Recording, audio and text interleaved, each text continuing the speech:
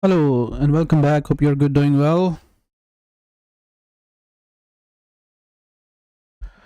So we are having weekly market outlook from 2nd of October to 6th of October. All right, now let's go and let's look at that. So, but before going to look at that, if anyone is looking to get the training or looking to get trade setups, just simply visit wave-trader.com and check the membership levels. And if looking for further information, just simply fill that form and send that to me. All right, so last week we were having we were having uncertainty regarding the US government shutdown. That's resolved. Let's look at the calendar first. All right, so what kind of data is going to be released? So ISM manufacturing is going to be released. Important data, all right. So manufacturing and services PMI data is important, and that's telling us that the economy is slowing down or not. So they are telling us right now. They are telling us that we are in a contracting territory. So the ISM manufacturing data has already dropped below 50. Yeah, and there we can see that. So it's in a contracting territory, like we have seen back in 2020. So important data. And Paul is going to speak at 4 p.m. and we are going to have a rate decision on Australian dollar. Right? I don't think so they're going to raise the interest rate because it's not making sense at the moment to raise the interest rate from the Bank of Australia, Reserve Bank of Australia. So it seems that they have already peaked at 4.10. So if I'm going to go and quickly look at that, look at the chart, that either the policy is in a restrictive territory or not.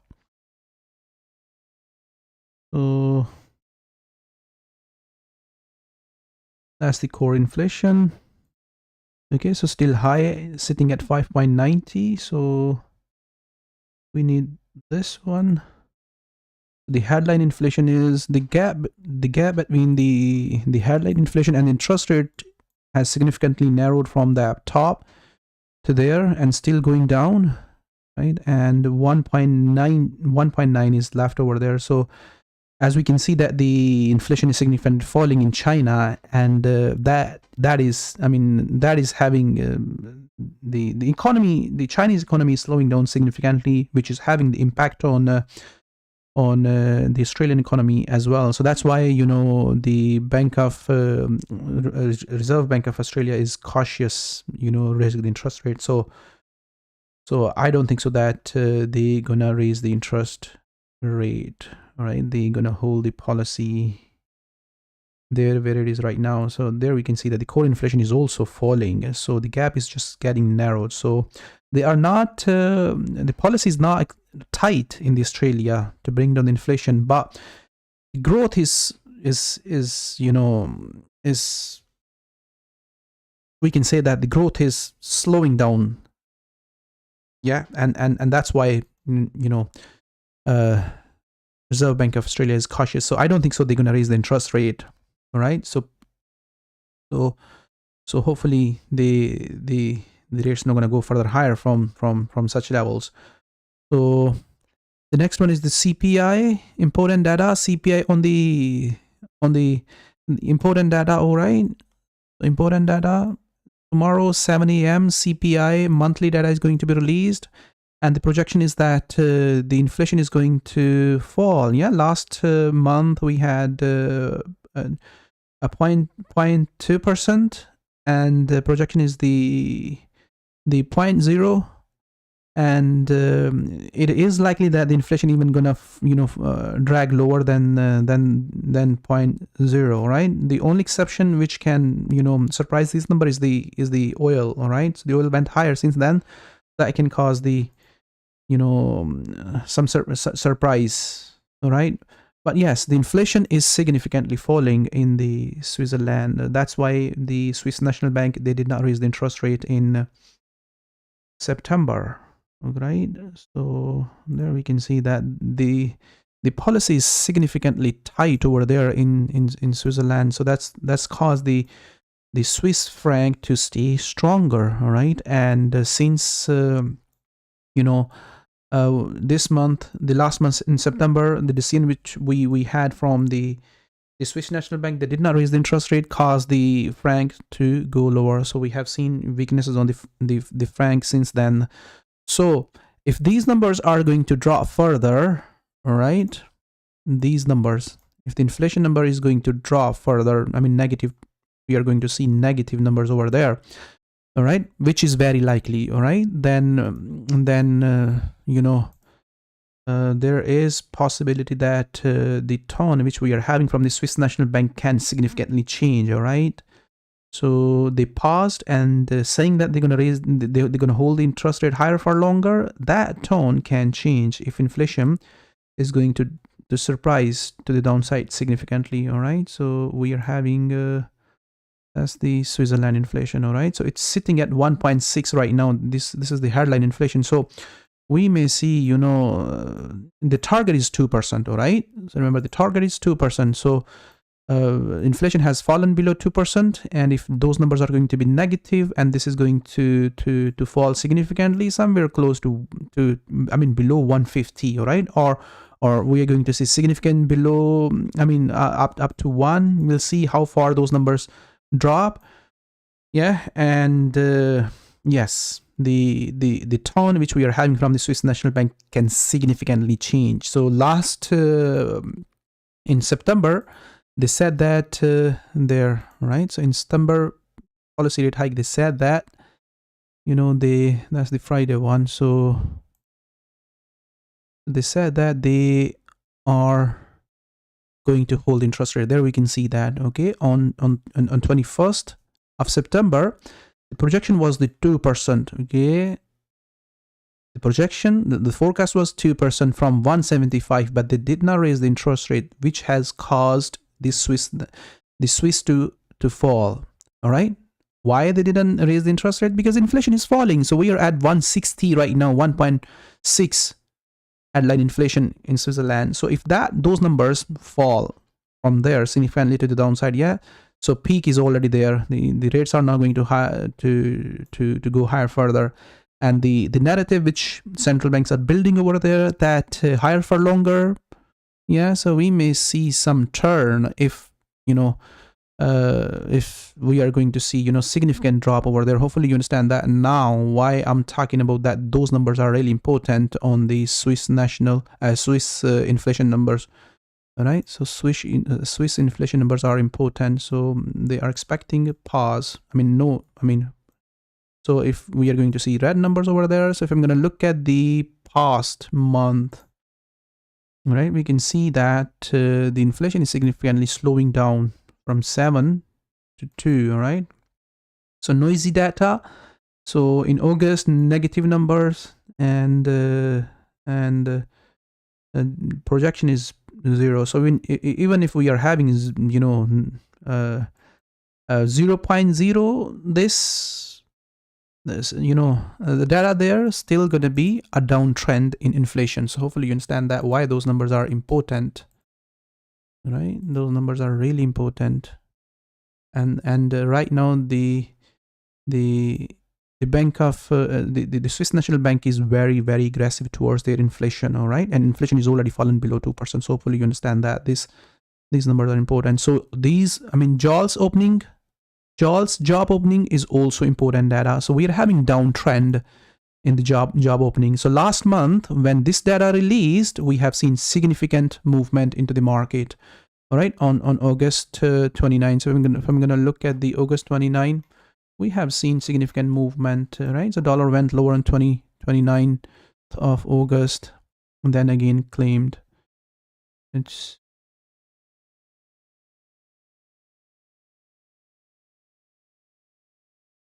there, you can see, all right, there we have seen, you know, significant movement over there in the market. So JOLTS opening on 29th of August. If I'm gonna pull box over there, so we have seen that much drop over there, all right. So during on 29th of August when that data released, so August 29, and we can see that the job opening is slowing down, right? The job opening is slowing down, and that's what Fed wants. Fed want this trend to keep accelerating to the downside. All right, that is going to slow down, job opening to slow down. So that's, you know, that's the data Fed is watching. That's why we have seen, you know, sell off over there. But other factors have driven the dollar higher, right? Other factors have driven the dollar higher. So this is also important data to watch. All right, and I don't think so we're gonna see any change over there. All right, so don't think so that the Reserve Bank of New Zealand is going to raise the interest rate. Reason, again, the same. The policy is already in a tight, you know, territory, in a very, you know, the headline inflation. All right, so there should be there we can see that they're well ahead. The interest rate is you know, not well ahead from the inflation. So inflation number still to be released, and highly likely inflation gonna fall. So policy is tight over there, we can see. Okay, so policy is tight in the New Zealand, so we're not gonna get more hikes, maybe one, yeah, one, and that can surprise, you know, one, yeah.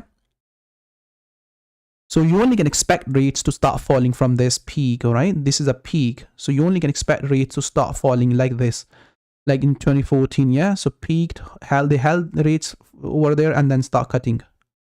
All right, so similarly, rates are peaked over there, so less likely they're going to raise the interest rate further because they're ahead of the inflation, and rates can start. So I don't think so this is going to be a big event. All right, I don't think, but we can see that the New Zealand dollar is already, you know, getting stronger ahead of that policy event, and we were expecting that to happen. If you guys remember that in the previous weekly outlook, all right, so we were expecting, you know, these charts to stay ahead. So so far they are doing really well. So if you remember that, we were expecting this to, you know, start dropping from there. All right, so we were expecting, you know, euro to start dropping from there, and we got a decent move. So inverse, we have seen strength on the New Zealand dollar. All right, and similarly euro, all right, dropped, and Australian dollar gained over there. So we have seen a decent move over there. So similarly, if you remember that, yeah, so pound Aussie went lower from there, a decent move appearing over there. Pound New Zealand dollar is, you know, far more, you know, sharper than any other pair at the moment. A decent move is appearing over there from that. So the point here is that the New Zealand dollar is already gaining. Yes, if I'm going to look at this chart, we were expecting it to bounce back from these lows. So market is already preparing for this event. So I don't think so we're going to have big movements during that news event or after that news event, because we have already got strength on the New Zealand dollar. So not much is expected. All right, so we were expecting this to bounce off and go back up. So we have seen decent move over there. I think we do have a chart over there. Let me find where we were expecting all these charts. Last week chart, so New Zealand dollar. So there we were expecting it to bounce back. So we have, you know, seen one more leg lower, and a nice push just happened over there. So nice move is just coming over there on the New Zealand dollar against the CAD. So this is decent move is just happening over there, and last week we were expecting this to break down in the previous weekly market outlook. Yeah, so this is also breaking, going down. So these charts are telling us that New Zealand dollar is already getting stronger ahead of that event. All right, and market is already priced in for the event. In the event which is going to happen this week. So in the previous weekly market outlook, you remember I was saying that you know, these flags can keep breaking for upside, so they're broken and keep pushing for higher. And on top of that, the reason why we are having, you know, why we are having simply this move, guys. If you remember that, we were expecting this to just keep dragging lower on this daily time frame long ago, and that trend remained intact for the downside longer term. And then we are having, you know, this reversal, all right, this sharp reversal. In the previous weekly market outlook, I was saying to you guys You can try, right? But going against the chief is always a risk, because the chief is the only currency which is playing as a safe haven. So now what is happening? What has caused that, strong reversal to happen? Why we are having strong aggressive move on the New Zealand dollar while the chief is dropping? Again, the reason I have told you is that the inflation is falling in the Switzerland. Right, inflation has fallen below 2%, and the projection is that they're expecting that trend going to stay intact. Inflation going to keep falling in the Switzerland, and on top of that, Swiss National Bank, they did not raise the interest rate in September. They held the interest rate at 1.75. All right, so now this changing environment is telling us that peak is there in Switzerland. Rates peaked over there, so you only can expect those rates to cut from there. Now we are having higher rates. Okay, the rate differential, rate difference is just appearing over there. So Swiss National Bank is having 1.7%. All right, 1.75% interest rate. So while the New Zealand dollar is having 5.50% interest rate, so more means that the New Zealand dollar is a high yield currency. All right, so New Zealand dollar is a high yield currency, so that can increase the demand of the New Zealand dollar. So that's causing the New Zealand dollar to go higher. All right, so it's a high yield currency pushing higher, and maybe we may get another surprise from the Reserve Bank of New Zealand on 4th of October. So that's causing that reversal. That's the dynamics which are changing behind that. So this might be a longer term move, guys. The start which we are having over here from this, going against the trend is always risky. Just make sure you understand that. But this might be a longer term bottom. When I say that longer term bottom, means that maybe price can start, may not test these lows for next couple of years. All right, and this might be a longer term reversal, very much similar like these moves, because policy rates peaked. All right, and higher yield is there. All right, like this kind of move can happen over there. So high yield is higher on New Zealand dollar as with compared to the Swiss national, Swiss. Okay, and this might be a longer term reversal. All right, this might be a longer term reversal on Kiwi. So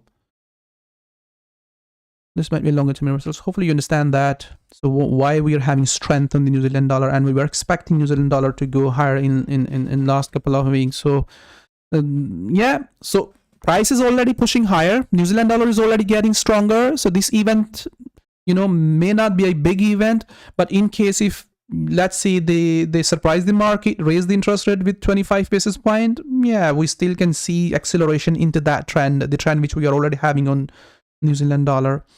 So non-farm payroll, all right, again, this is very important data. These two numbers are very important. This is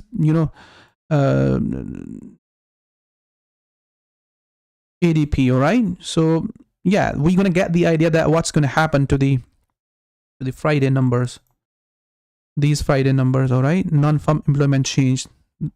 If this is going to be weaker, this report is going to be weaker. All right, so the ADP non-farm report is going to be weaker. These numbers are going to be weak. Then we may see weaknesses in the non-farm employment change as well on Friday. So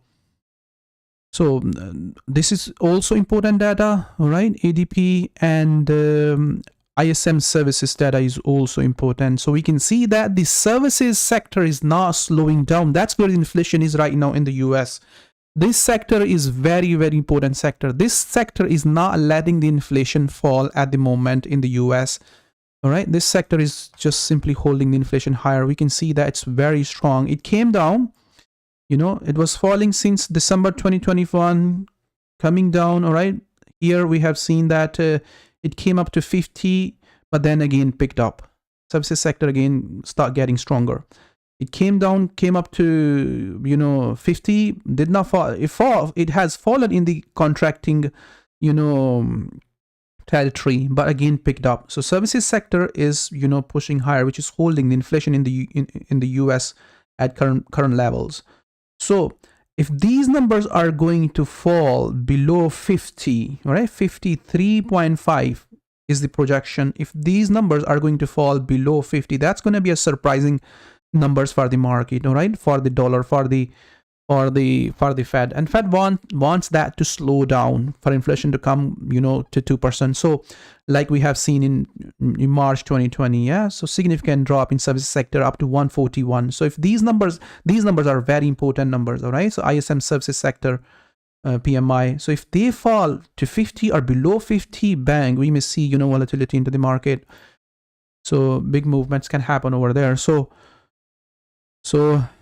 unemployment claims also important, right? And non-farm payroll numbers definitely going to be important numbers, all right? And we can see that, you know, but before these numbers, okay, before, you know, looking at these numbers on Friday, you are looking at the JOLTS, job opening, all right? These numbers will tell us that what we may get from the non-farm payroll numbers, what those numbers can be stronger or weaker.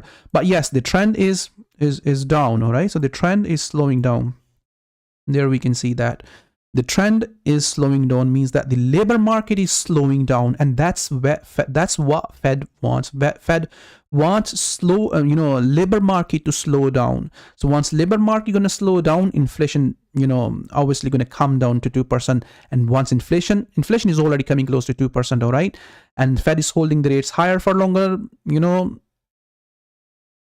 they're saying that they're going to hold the rates higher for longer. If labor markets start, you know, surprising to the downside significantly, aggressively, yeah, then the Fed, you know, holding for longer can change. That tone can change. So very important data. Hopefully you understand that which data is important for this week and which data can move the market, which data cannot move the market. All right.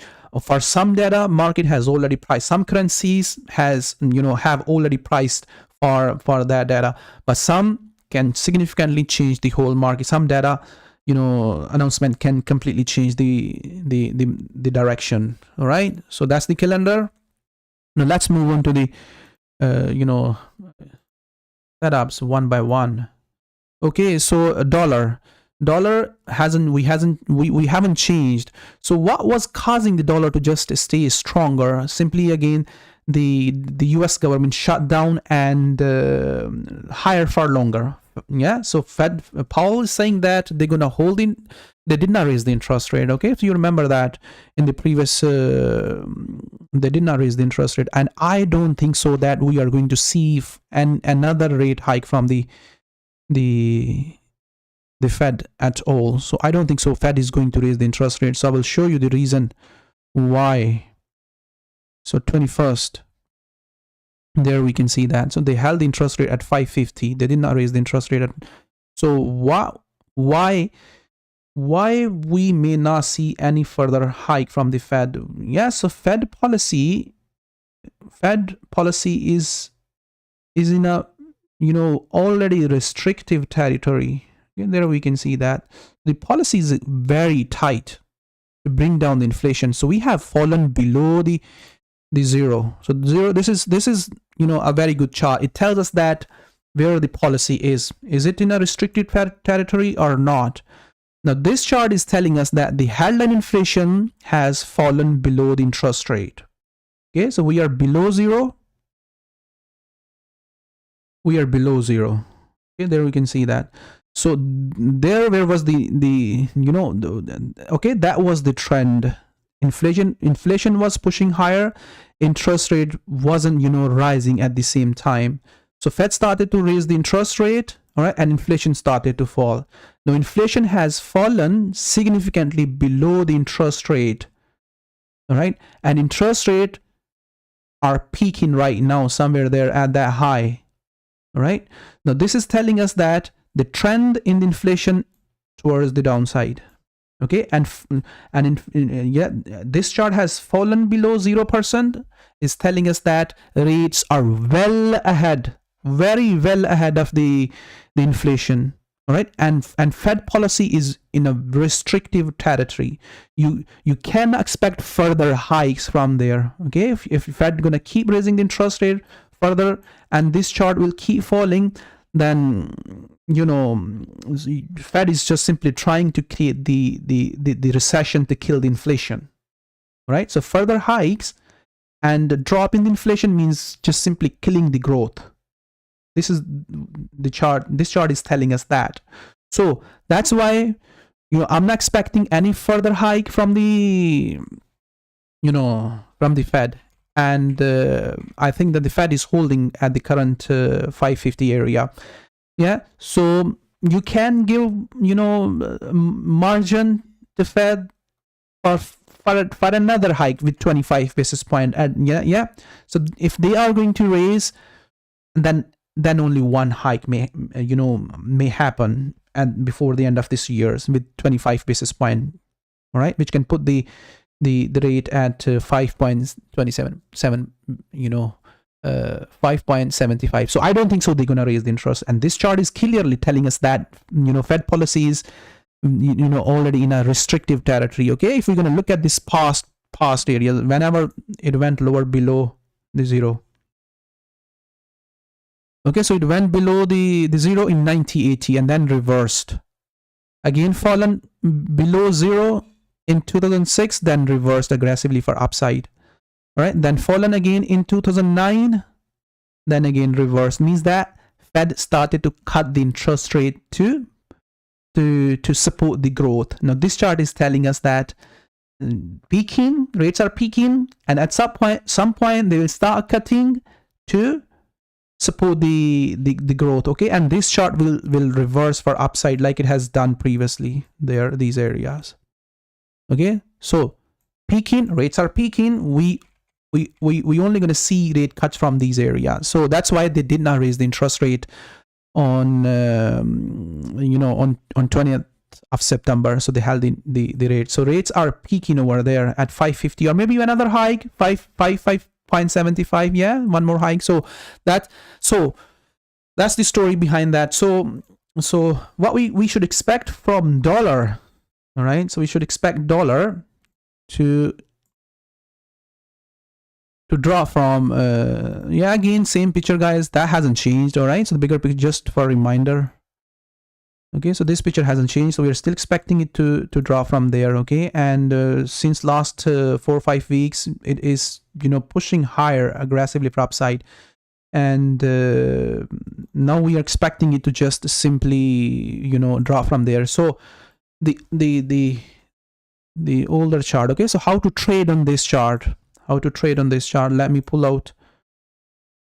This is the trend. Okay, we can see that the trend is still holding. Price coming within the move trend, trend pushing higher, coming within the trend pushing higher, coming within the trend pushing higher, coming within the trend pushing higher, again coming within the trend and pushing higher. So trend is still intact on this daily time frame, still intact for upside. So whenever price push more higher and test that high, you watching is the price action over there and looking it to counter. All right, and once price fall back within the moving averages, you're watching price action over there and break down all the way back to this low. So if you don't see again breakout over there to the downside, just simply go for another like same behavior. Okay, so same price action you're looking for at the high, putting stop behind that, looking this trade, and if it fall aggressively, bang, you are trying to catch that big move to the downside. If it doesn't fall, okay, then a counter trend move. So we are not looking for a buy at the moment. All right, you can expect the buy at the current price. You only can counter it from the top. You only can look for short-term buy once price correct or fall back within this trend. Okay, like that, and then you can look for it to go back up for another leg higher, like this, very much similar like these previous charts. Okay, like this area. All right, now let's look at the previous chart. Let me find this is the dollar. Okay, when price started to fall, we were expecting it to go down. We have seen drop again, again pushing higher and trying to test that top again. We're gonna look at that. So this is what you're looking at actually. So that's the dollar index, right? So looking to counter. Whenever you are looking to counter it, make sure you trade carefully, because price can break for upside. So you are trying to get into the trade as much high as possible so that you can manage your trade, you can manage your position rather than, getting into the trade, at late. So whenever you're going to get into the trade as much high as possible, there always going to be a risk to get stopped out. Okay, you may try to get into the trade, maybe you can get into the trade somewhere here and think that the price is going to fall, but broke out again, new high, and then price started to fall. So this can happen, right? When you're trying to catch the top or bottom, this can happen. So the best thing to get into the trade from top or get a confirmation that the price is going to reverse is that they look at the broader market, what broader market is doing, rather than just sticking to one pair. So once you're going to look at the broader market, you're going to get the idea that what's happening on the other pairs, either they are going to drop or not, are dropping, leading. You can get the idea that the trade is going to be confirmed and price is going to reverse. So looking at the one pair and trying to get into the trade from that one pair, going to help you. Okay, you may get stopped out before going to get a reversal. So other pairs can always, other assets can always help you to get into the trade and get a confirmation, on time. Either you are getting into the trade early, late, or the risk on move has already begun, or risk of move has already begun, and the assets which are risk on, they are going to reverse, and the assets which are safe, and they are going to reverse or not. So what you are looking, okay, why the dollar is pushing higher? Because the uncertainty which we were having over there regarding the shutdown is just simply gone now. All right, so what you are looking, again, top, all right, this top, and looking at price action over there and trying to catch that small trade first. And if that trade is going to give you a stronger sell and aggressive price action, so your first target going to be these lows, all right, or these within these trend. So price slightly can go higher. Okay, I'm not giving you a specific resistance area where you should get into the trade. You need to watch the price action. Once price reach over there, okay, and once desired price action appear over there, you get the confirmation, then you jump in, stop behind that, and you're looking for this to fall this much first, okay, and in best case scenario within the trend. And if we're going to be lucky enough and price is going to reverse from there, then you're looking it to go all the way up to these areas. All right, looking at this to go all the way up to these areas. This, you need to hold that trade for a couple of maybe weeks to a month or two, all right, when you are looking to get that bigger move to the downside. So hopefully you understand that what kind of trade you are looking. This is a counter trend trade, and once obviously price gonna visit the trend, all right, like that, right? So we may see and move back to the top. I'm not anticipating right now, okay, but that can happen. So that's how you're gonna trade within that ascending channel right now. Okay, looking price from the top, like I've shown you the DXY chart, and once price start falling, you're looking at it to go down and break the trend, and if not, then simply go back up at another leg higher. All right, so very much, this is the chart which you need to understand that, okay, if I'm going to look at the euro dollar chart is going to be similar. If I'm going to look at the pound dollar chart also be going to be very much similar like this. If I'm going to look at the Australian, New Zealand, all dollar chart, okay, so you're going to, all those dollar charts highly likely going to show you similar kind of, wedge. If you understand the DXY or understand the one pair, then you're going to get the idea that how to deal with the others. All right, so dollar CAD. All right, so let me find the dollar CAD chart. So we were expecting dollar CAD to drop.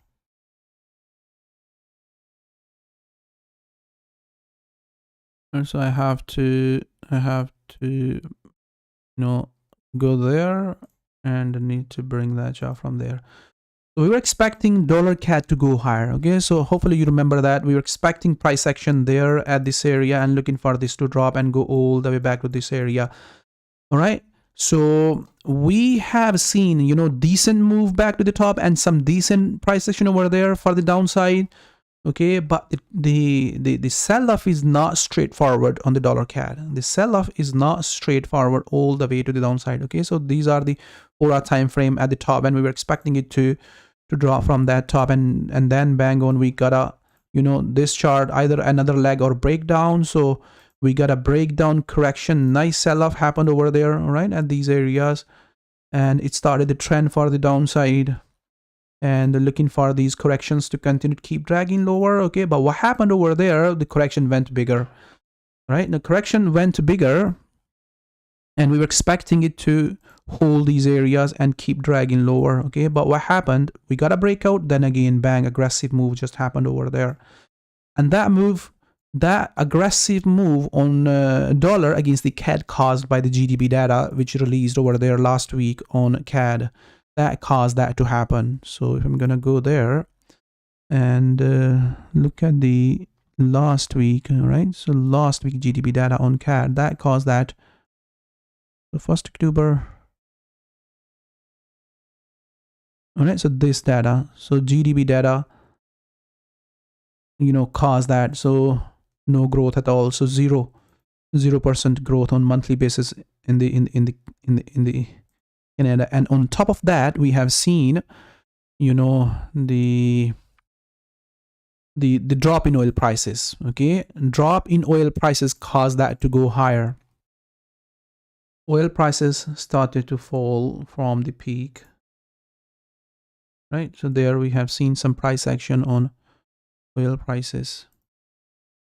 Okay, we've seen drop, we've seen that drop, so that caused the CAD to get weaker. So that's caused the dollar CAD to go higher. So there is a possibility now that the dollar against the CAD can visit that top again. All right, so we were expecting continuation formation over there, and that continuation formation to continue. Yeah, so this to break down, and this to break down and keep dragging lower all the way back to that low. But what happened, GDP data and oil prices drop, that caused it to reverse sharply, and you know, there is possibility that the dollar CAD can visit that high again. All right, so when you are trading on the dollar CAD, understand that these kind of moves are very common and can happen all the time. All right, so you may not see the trending move. All right, so strong trending aggressive move on the dollar CAD for the downside. All right, you only can see that, you know, trending strong aggressive move for upside on the dollar CAD. Okay, the chances for upside are very likely rather than the downside. Okay, so when you're selling the dollar against the CAD, make sure you understand that all the time. If I'm going to look at the bigger time frame, look at this, right? Like that. So whenever you're selling, okay, you may not see the trending move. The reason is, again, the dollar. All right, so the dollar is the reason. So what to look for, what to do now on the dollar CAD? Okay, we don't have a continuation trade. Okay, we had a continuation trade over there. Okay, nice aggressive continuation trade happened there, then there. All right, then these areas. Okay, and then we were expecting it to correct over there and then drop. Then correction went into a bigger time frame. We were expecting it to drop there too. Okay, we got some drop, but we didn't see continuation over there. Then price went into a bigger mess, and then we were expecting it to drop from there. Okay, it dropped. Then again, GDP data came and oil prices, you know, dropped and it went higher. So, you know, higher oil prices was you know, causing dollar to drop against the CAD.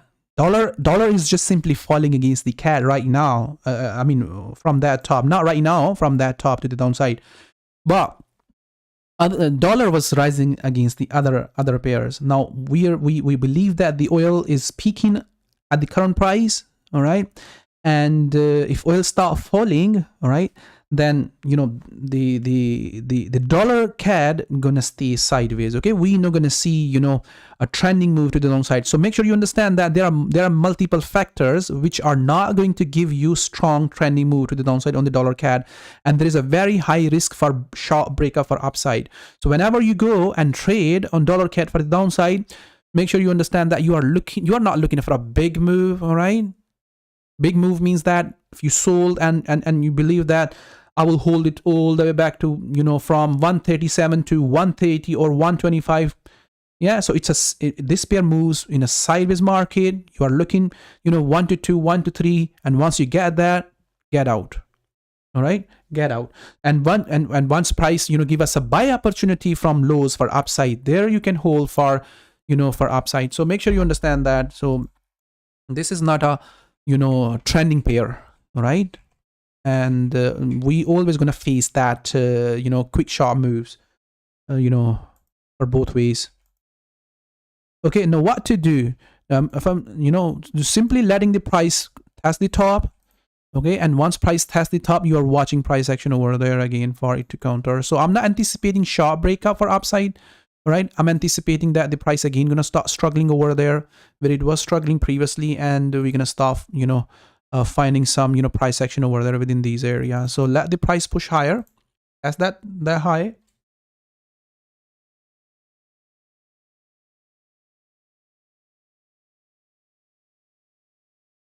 All right, let the price test the high, and you're searching price action over there again, it to go down.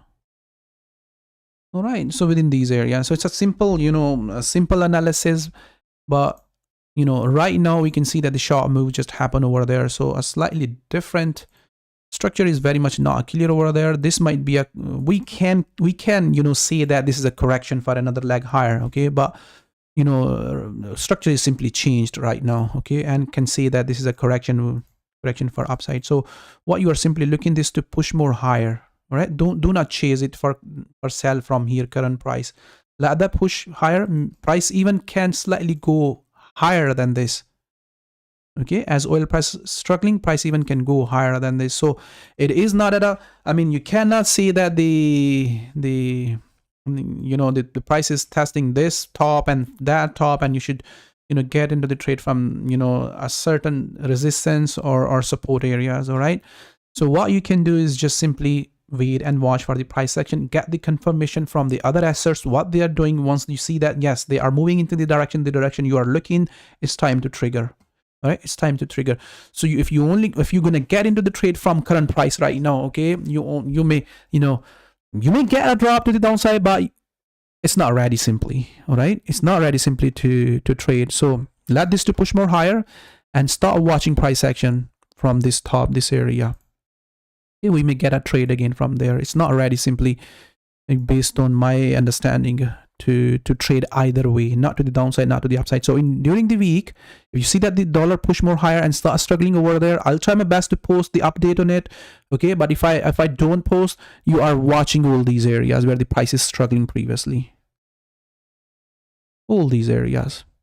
All right, this area, these resistance area, I don't think so price gonna go that much far away, but in case you are ready for that, this far away, all these areas are price action areas for dollar to go down. Okay, hopefully you understand that. Buy is not there, guys. Buy is not there. We're only gonna look for buy from the dollar CAD from these lows for the next leg higher. Okay, this structure, it can, yeah, anything can happen, guys. You don't know. Yeah, uncertainty can come into the market at any time, but we cannot buy their dollar CAD for more upside all the way up to 127. Yeah, so it's going to stay within that messy correction for a while. So euro, very much similar like the DXY. Hopefully you understand the DXY.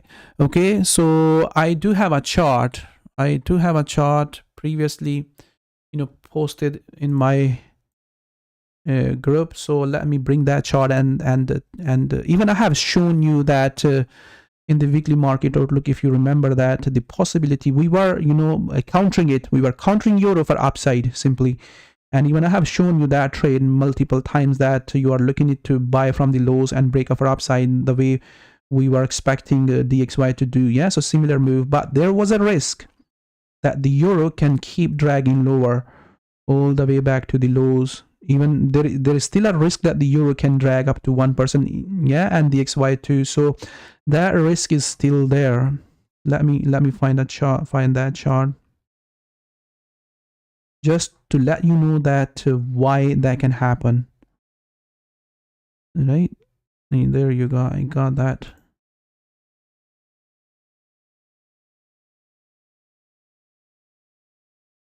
Okay, there is a reason for that move to happen.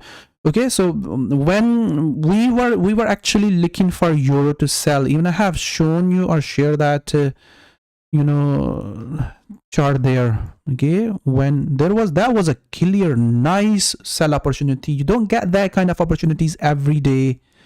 Okay, there was a nice sell opportunity over there, even for longer term. You don't get that opportunity. So when I'm saying that confirmation, you can get the confirmation from other assets. So there is the confirmation. Okay, how you can get the confirmation. So there we were expecting, okay, when both pairs were there at that time. So there we can see. So we can see over there when euro was there at that top. So you know, the pound dropped significantly. The pound dropped significantly. Okay, this whole move came. We were expecting short sell opportunities over there at this area on the pound. Okay, but it went higher. So hopefully you have seen that it went higher aggressively for upside, and then the trade came. All right, there. Right, we were expecting some sell-off came over there, but price, you know, yeah, so bounce back sharply over there. Breakup is possible. All right, wait for price, but it went higher. We were expecting price again, but it went higher very aggressively. Okay, then what happened here? Okay, I'm telling you that where the trade formed. Okay, we were expecting sell opportunity here at this area. Okay, and then this sharp aggressive move came over there. And then it went there. Then what happened here? All right, the inflation inflation fallen significantly in the UK. All right, the inflation number surprised to the downside at this area. Okay, when inflation number surprised, okay, we got a bang on strong sell-off over there on pound against the dollar. But at that time, we were not having a similar sell-off on the euro. Okay, so look at that. This is what the date. Okay, so 19th of July. On 19th of July, pound has removed all its gain, almost all its gain, these gains. All right, removed all these gains and went lower. These gains removed. Bang. But if I'm gonna look at this, on 19th of July, this euro dollar was still holding at that high. This is very important stuff I'm teaching you. All right, I'm telling you, very important stuff. So on 19th of July, by euro was still holding these gains. It was still holding all these gains. The gains came over there at similar time. Okay, these gains, and then bang on pound dropped on inflation numbers, if I'm not wrong. Yeah, so it dropped inflation numbers, but euro did not drop, and that was the time that the trade was confirmed. Okay, the trade was confirmed that this is also going to drop. The euro is going to drop. So we were selling over there. So those who sold, they remember that, and that was a very nice. But what happened? All right, so what happened over there? Unfortunately, we stopped looking this to go for longer term to the downside. But there was a risk. All right, there was a risk that the euro can drop for the downside. Unfortunately, we stopped looking for this to go down where the price is right now. Okay, we stopped looking for buy. That was the mistake. Okay, we knew that this is going to drop, but we stopped looking for, you know, this to continue to keep dragging, or we start looking for it to buy. Even I have posted on, you know, buy opportunities on YouTube. But yes, these charts are telling. Okay, these charts are telling that us that this is the confirmation. Okay, the idea that I was talking about, that the confirmation, you can get the confirmation from other assets. So what these two charts, what these two currencies are telling us, the Kiwi CAD and euro dollar. So euro dollar has nothing to do with the Kiwi, yeah, and nothing to do with the CAD. So you know why euro is, you know, going into the same direction where the Kiwi CAD was, you know, going already. So it's because of the risk on risk off, you know, environment. So the Kiwi was a risk on currency. CAD was also risk on currency. So CAD was gaining because of the higher oil prices, and Kiwi started to struggle. Kiwi went lower, all right, but euro was not falling. All right, euro was not falling because of the higher oil prices. Then euro started to feel that the the oil prices are high, right? And again, Europe is, depend on energy from outsiders. So then euro started to feel the heat and started to continue to keep dragging lower, all right? So we got a lead over there. So that this is still a risk, okay? So I'm telling you that this is still a risk that the euro can continue to keep falling all the way up to 70%. All right, so 70% of this extension, that risk is there. So when you are buying the euro against the dollar, make sure you understand that there is still a risk that the euro can go all the way up to 102 or 1. All right, 1, it can fall 1 up to 1 or 1.2. So make sure you understand that. So based on that, you need to adjust your trades. Based on that, you need to adjust your trade. Okay, so similar thing, you need to understand that on DXY, okay, and pound dollar, and on Australian dollar, other dollar pairs. Okay, there we can see that the price is still dragging lower, and there is a risk that the euro can fall up to 1 or 1.2 before the end of this year. This risk exists over there, guys. Understand that. Now you are buying, your trading strategy comes based on that. All right, so previously we were expecting euro, the short-term trade. Okay, this short-term, again, similar similar stuff came there, guys. The confirmation stuff. All right, so we got a sell-off on the pound against the dollar. Bang, breakout, went lower, and there was a trade on the euro. Okay, there was a short-term trade on the euro at that time. So euro went lower. Euro is even still going down. Okay, the chart which I have just shown you was there. Okay, so euro still falling from this area. Okay, we were expecting this to drop for that leg. All right, so we were expecting euro to fall for that leg, but that leg has extended, decently. This chart, I think, the euro dollar.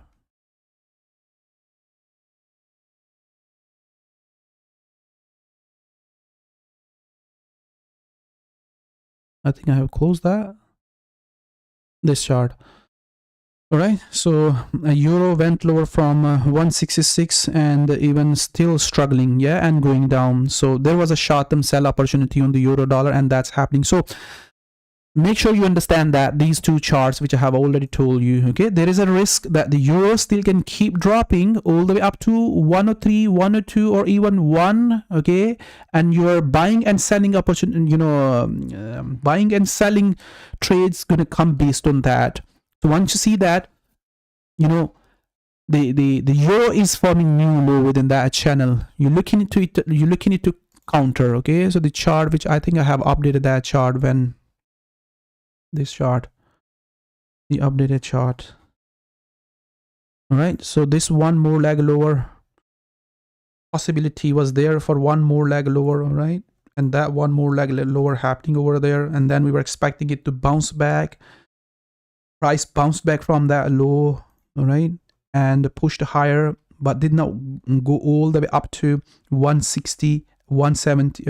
Did not go all the way up to 170, and then again started to fall. So similarly, the strategy is same, okay? The strategy is not new over there. When you are looking to buy the euro, make sure you understand that you are going against the trend, okay? You are going against the trend. Okay, now we clearly can see that dollar is gaining simply, all right? There is no, science behind that. The dollar is simply gaining over there, okay? Dollar yen is again at the peak, at the top, form new high. All right, but these charts haven't tested that top, all right, or euro dollar hasn't tested that low, so they still can continue to keep dragging lower. Even pound is about to test that low, so dollar is just simply gaining and testing that low. So what you are looking, again, the same strategy, yeah. So the next leg is just simply happening over there. I'm slightly going to change that structure, and what to do.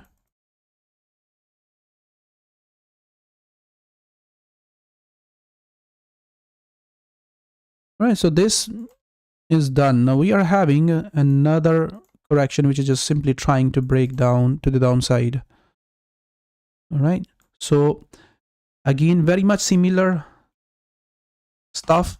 All right, let the price come back to that low, or you even, okay, so this is short-term opportunity. Let me tell you, all right, there is a short-term opportunity which is just building over there. Okay, we still got a, you know, how many pips over there from that low? 400 pips, 40 pips. All right, so 40 pip move is just left over there to test that low.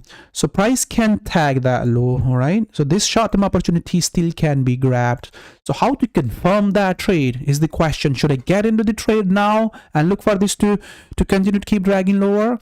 Okay, I need to look at the other dollar pairs, what they are doing right now. Yeah, so if I'm the first pair, you know, I'm gonna look as the dollar against the yen. Here we can see clearly that if I'm gonna go to the 1 hour time frame, let's just invert that.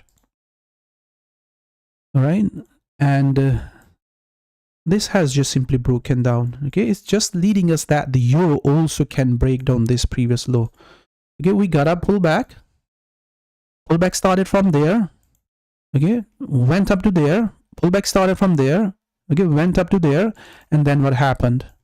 The dollar started to gain against the yen, and the move is just simply this flag broken down. Very important stuff. Okay, now this flag already broken down and heading lower. Okay, we still got a room over there left. Like dollar yen is telling us that we already broke that low, right? This low, euro dollar hasn't tested that low, right? So you see that the dollar yen keep dragging higher. Okay, dollar yen keep dragging higher. Okay, this means that euro dollar still needs to break down this low. Okay, and that 40 pip trade still can appear over there. All right, this is the confirmation. All right, this is the confirmation which is just telling us that this still can drag lower. Hopefully you understand that. So euro still can continue to keep dragging lower simply. Okay, and once euro start, you know, it goes down all the way to this low, okay, and break down. Okay, you are looking price action as I have just shown you on the DXY. What I have shown you, go back up, test that top, and you're looking price action to counter it. Similarly, you're looking it to continue to keep dragging lower. Okay, test that low or new low. Okay, again, counter trend move.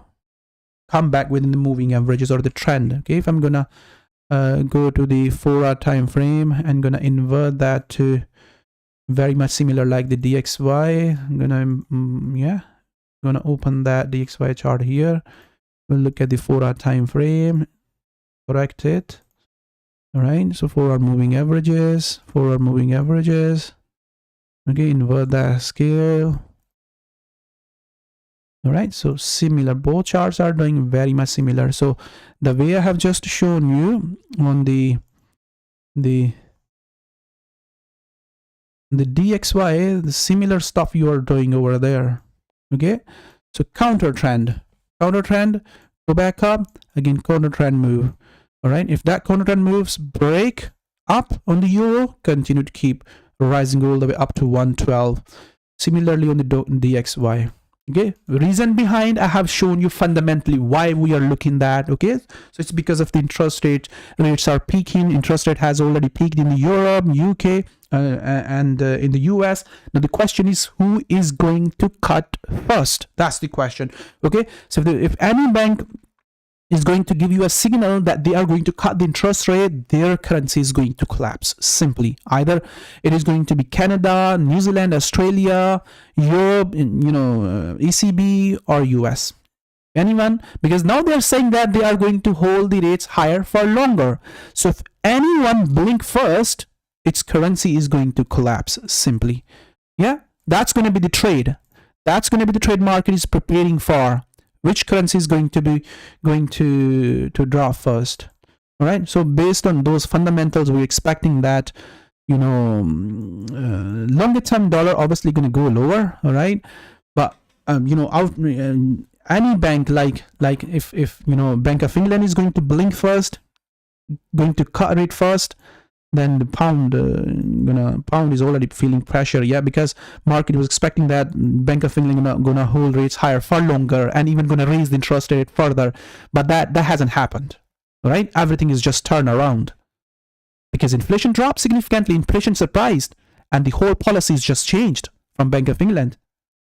All right, they did not raise the interest rate last week as well. So if I'm gonna look at the Bank of England, I think they did not raise the interest rate if I'm not wrong. Let's just apply that filter. Pound, none. Central bank, none. Red, and central bank. Okay, apply that filter. So there you can see that they did not raise the interest rate, on 21st of October. The projection was a 0.50. They did not raise the interest rate. So policies just simply, because inflation dropped significantly. Hopefully you understand that these are the dynamics behind that, why you are countering them, why you are going against the why you are going with the trend. And when you are looking for the trending trade, you are not looking to hold the trade for longer term. Just get out, get in, and once price hit to your target 1 to 2 or 3%, whatever your risk reward ratio is, just get out. All right, the trade actually to hold that for longer term for sell-off was that, okay, we missed that simply. All right, this area, that's the trade to hold it for longer term to the downside up to 70%. As I said, that there is a risk that the euro can fall all the way. The trade was a similar, okay, this trade was similar. We missed that, we regret on that. Yeah, so the trade was very much similar, like we were expecting buy on euro at this area.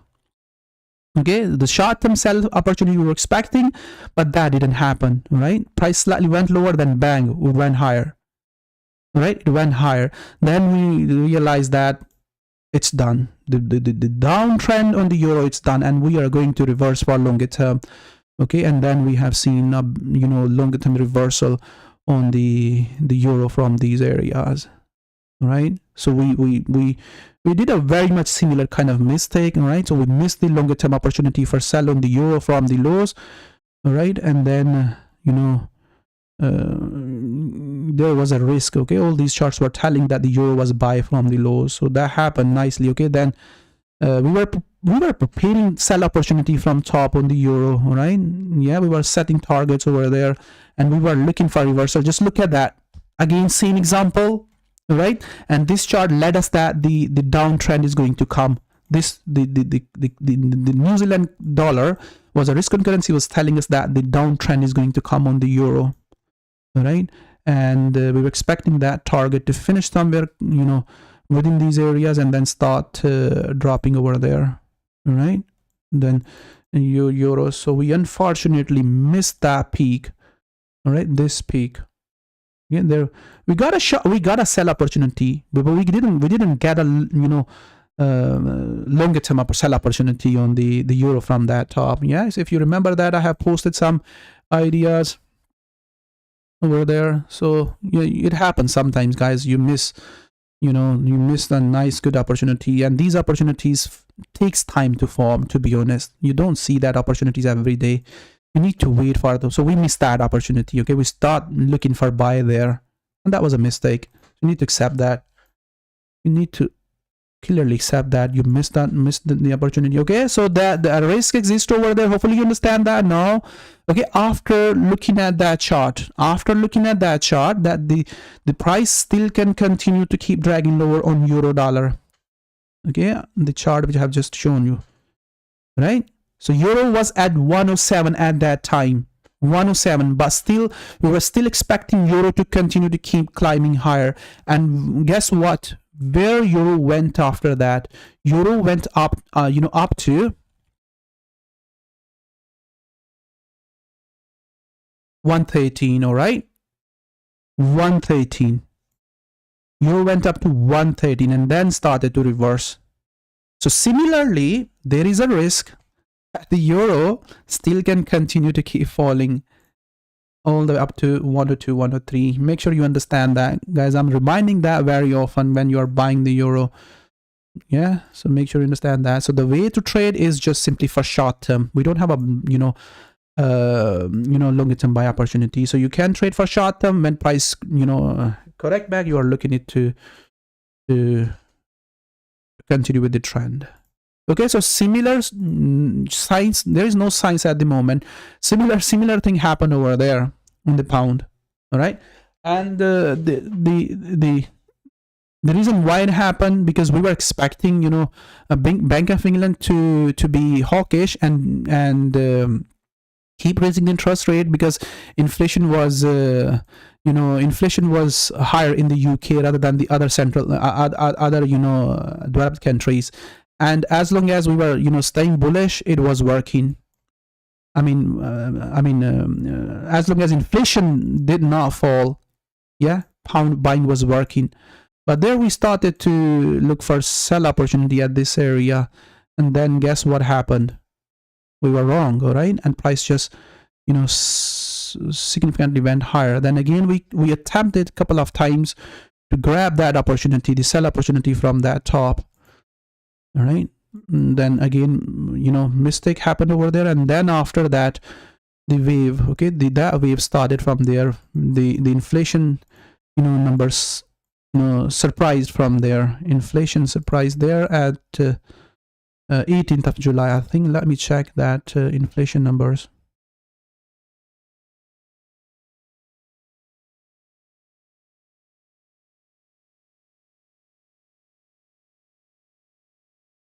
There you go. So these inflation numbers surprised. So inflation dropped. That caused.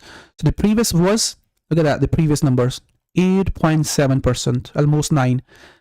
And the projection was 8.5%, 8.2%, and the actual number was 7.9%. That caused the pound to drop. And right after that, some cautions we have seen from the Bank of England. Bank of England started to worry about the significant slowdown and significant drop in the pound, and that caused that move to happen. And we missed this one. Yeah, we were trying to attempt that from there. We missed that one, but we got that top on the euro, but the whole move missed, to be honest. The whole move missed. And then again, same mistake happened. We started to counter it for upside. That did not work. Yeah, we started to counter it. That didn't work. Didn't went higher and then start falling. So similar strategy, similar stuff. Okay, there is a risk that this chart can also go all the way up to 70%. All right, the 70% comes at 112. All right, so this can continue to keep dragging lower all the way up to this area. So we're going to pull out another chart, another key CAD chart. All right, so this is telling us that it can drag lower all the way up to this area. So make sure you understand that when you are trading on this for buy and sell, so short-term opportunities can appear over there, okay, like they are doing already. So I think I do have updates on there. All right, so like this, so breakout or go down. All right, my price was struggling to break through that top, and then again dropped, then dropped lower here. Okay, and sell opportunity came. So similarly, guys, the trend is still bearish. Okay, so similarly, if I'm gonna make it more easy, all right, and we were expecting it to bounce back. Chart, I think I have, not sure a pound chart I have over there or not.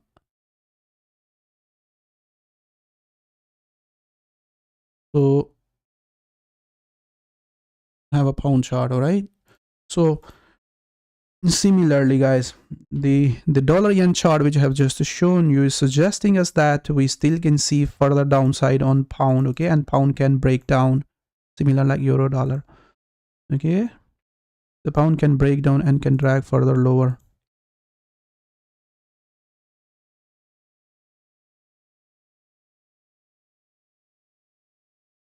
All right, so we may see breakdown and further drag lower.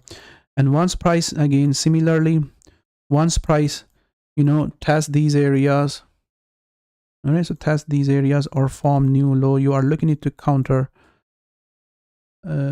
carefully. All right, when you're buying pound, then right, looking at to counter back to this trend or go all the way back within the 4-hour trend.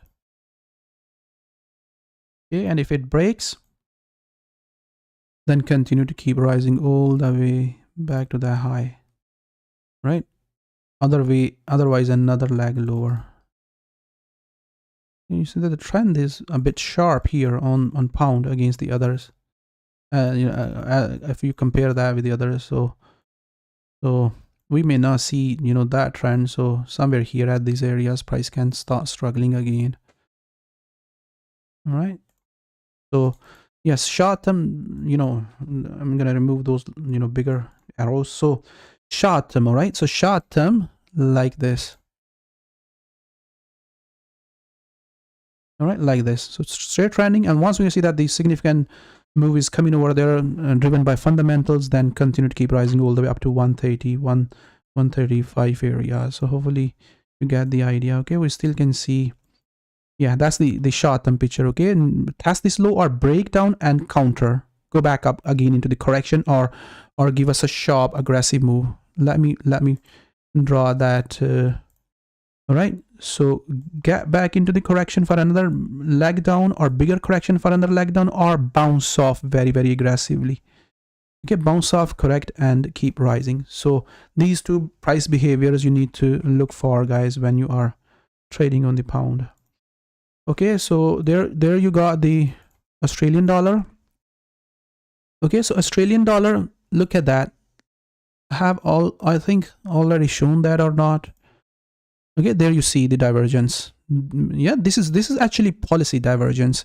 So if I'm gonna pull out my fib lines there, we can see that the Australian dollar, the Reserve Bank of Australia policy is still loose, or they're cautious. Okay, but the Bank of England policy was very aggressive, which was causing the pound to stay higher. All right, while the Australian dollar to go down. And the other thing is that the Australian depend on the Chinese. All right, and the Australian dollar is close to this previous October lows in 2022 October lows, while the Australian dollar is close to that October 2022 lows. There you can see even lower than the 70%, yeah, close to 88% of this whole move, while the pound was holding high. That's why we are regretting that we missed the move from their top. We should cash that trade from that top on the euro and the pound. All right, that was a good trade. So that trade move missed. Okay, now this chart is telling us that we still can drag more lower on pound. Right, the pound still can continue to keep falling up to this 70% retracement of the whole bullish move which we were having over there on pound in the since the October 2022. All right, so this whole move, not this. All right, so I'm going to pull it from there to there.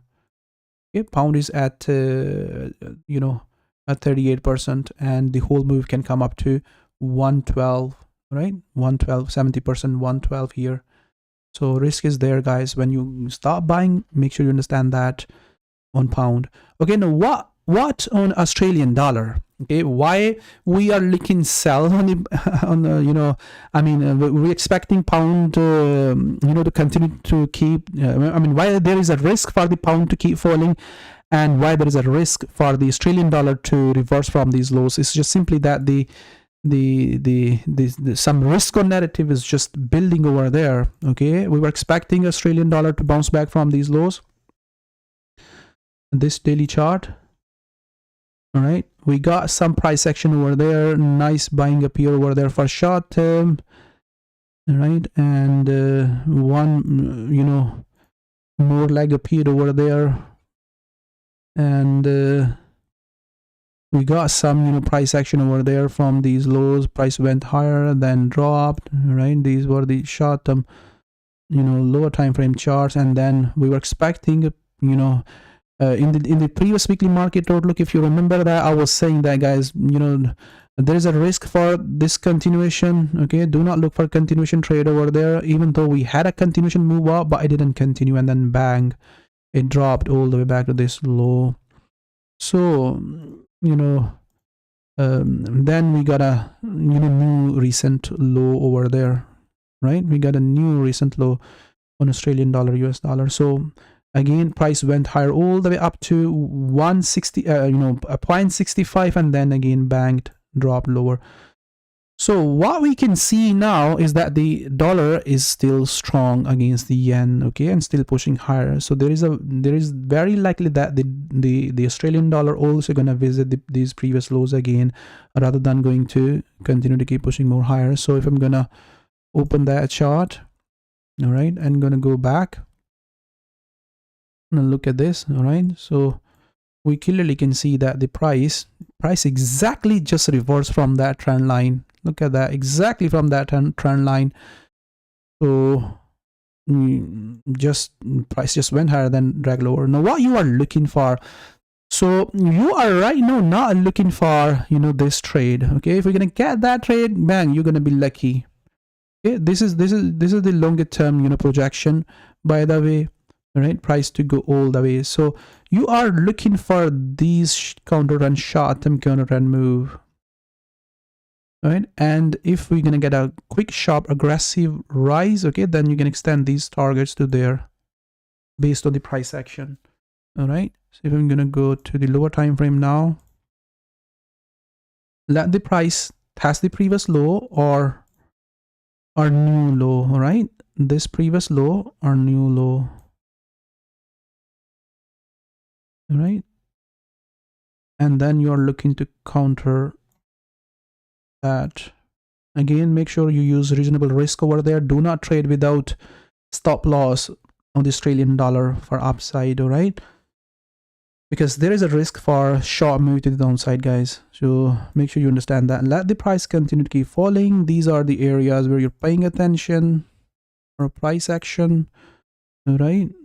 Price action area. This is the area where you're paying attention, looking for some, you know, buying over there. Once some buyers come in, show interest, look for this move, and if it breaks, bang, continue.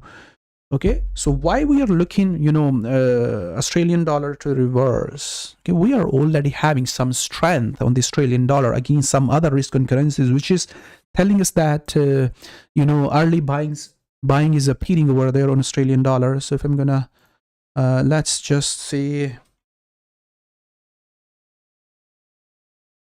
this chart. Here we got a decent move. Pound New Zealand dollar. Pound is gained significantly.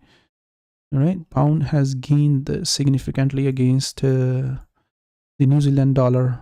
Right, dropped.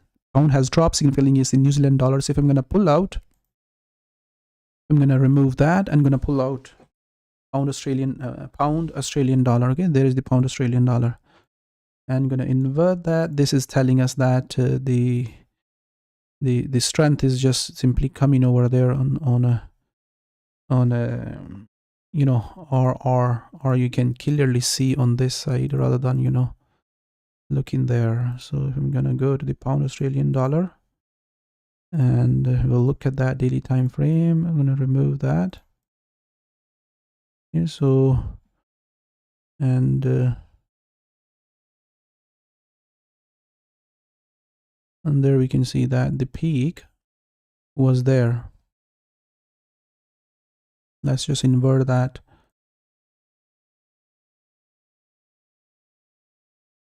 All right, so the peak was there, the pound Australian dollar. Again, the peak is here. We are having a significant, you know, drop.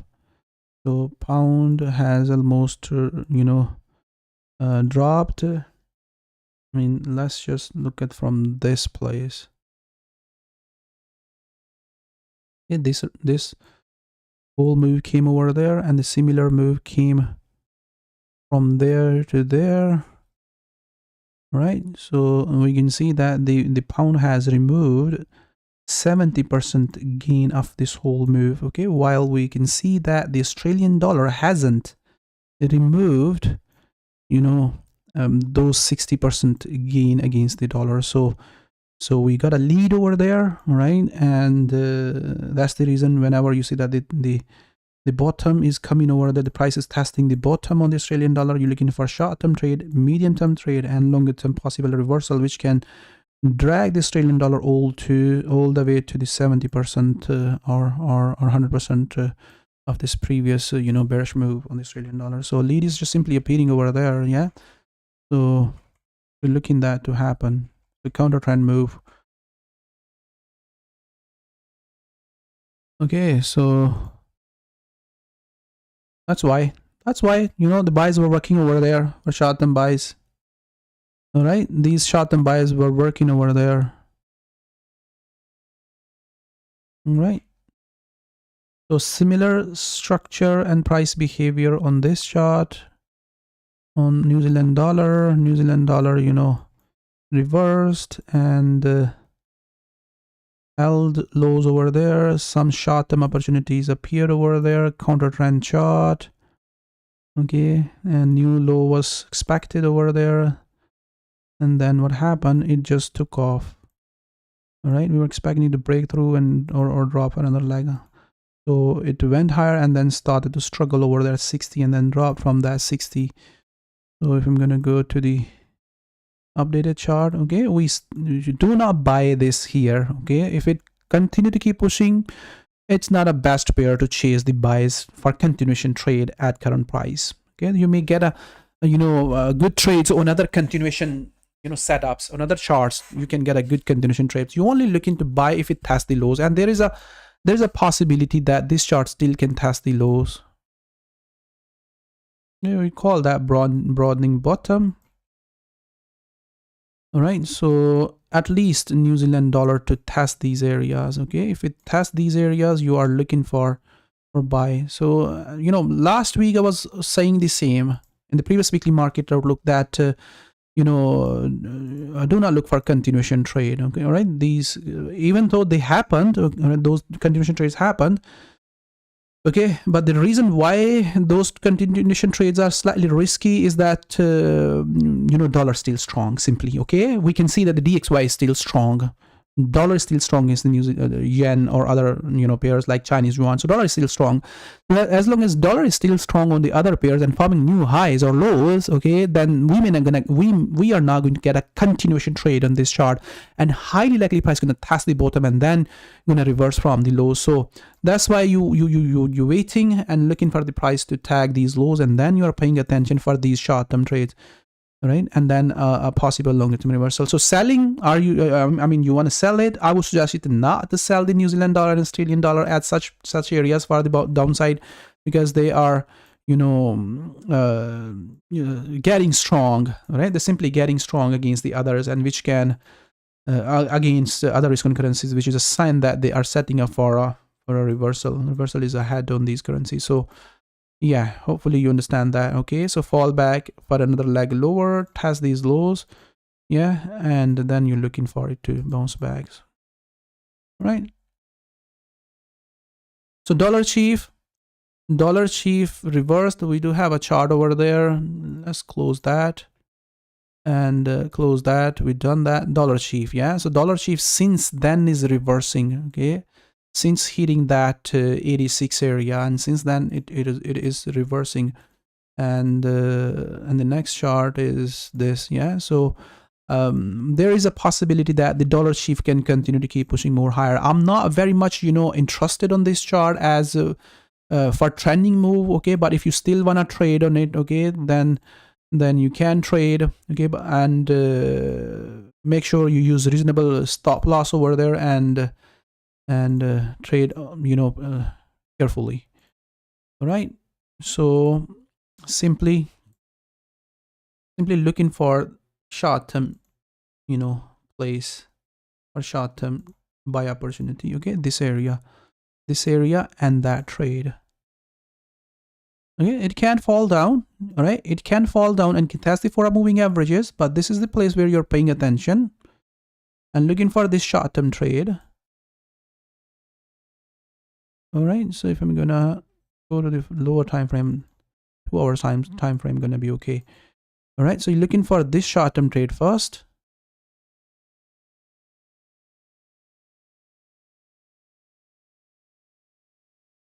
Again, the trade is very much similar like SD. Why?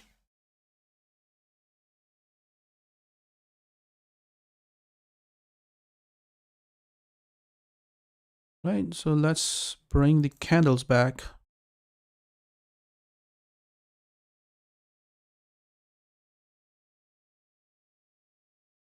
Hopefully you understand that now. what kind of trade I'm talking about.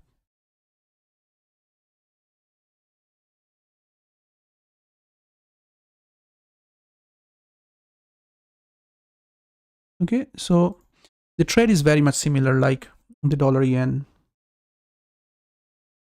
Okay, we got a correction and then bang on dollar bounce back. All right, so we got a correction, dollar dropped, but dollar chief is still struggling to push more higher. Yeah, so the whole move is just simply appearing over there. So we can see price action over there for short-term buying. You're paying attention and looking this to hold on this 2-hour time frame. Okay, this short-term back to this high or the next leg, which has already appeared over there on dollar yen. All right, so this short-term trade, and if it keeps pushing more if dollar chief keeps pushing more higher, bang, you're staying in. Otherwise, you know, targets are clearly shown over there. All right, so chief yen go into the opposite direction. All right, so you looking for this to break down. So not a best pair, guys. I'm simply gonna ignore this. Yeah, last in the previous weekly market outlook, we were expecting it to go back up. We didn't see yeah, slightly went higher, but we didn't see the whole move all the way back to that high, if you remember. So we got a short term, you know, buying over there at this area. We have seen short term, but it didn't continue to keep pushing more higher. So yeah, so if you still want to trade, okay, where you paying attention, simply it seems like that the trend is reversing, all right, and paying attention at this area, all right, at the current price. If you see that the dollar chief pushed more higher as shown, okay, then you are looking this to drag all the way back to that low and continue to keep pushing more lower.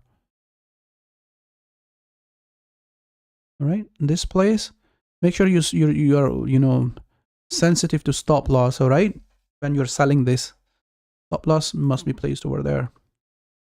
Okay, so euro yen is a very much similar trade, the trade which I was, you know, have shown you in the previous weekly market outlook, if you remember that. So we do have a gap over there, and this chart is still holding. While you know, this chart and a couple of other charts are holding, but some of them they have already, you know, violated that gap.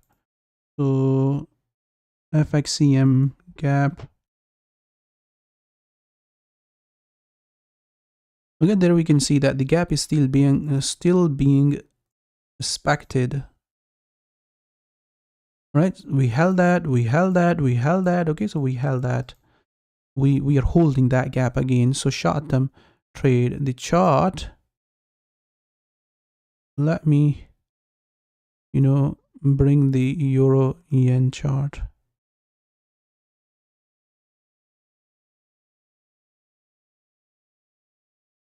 There. Okay, so in the previous weekly market outlooks, we were expecting you know, price to hold that gap. It held, dropped, all right, and we were expecting it to hold and short-term sell opportunity to appear over there. So this short-term sell opportunity appeared and price is testing that again. So same trade, okay, like that trade, and stop should be behind, right? So stop should be behind that. In case if price bounce back and test that high, you are out and watching price action again from that high. So this is the euro yen. So the trade is very much similar like that. As long as price remains within that tight range, you are looking to hold, all right, and looking to price is holding again that gap, all right. So setup is simply over there. You might be late now, all right. Price has, you know, tested, dropped, and you don't want to get into the trade from the current price, all right, and wait for it to test that again. Once price tests that again, you look in this trade. All right, first of all, look for short-term trade, all right, like that. And once price, you know,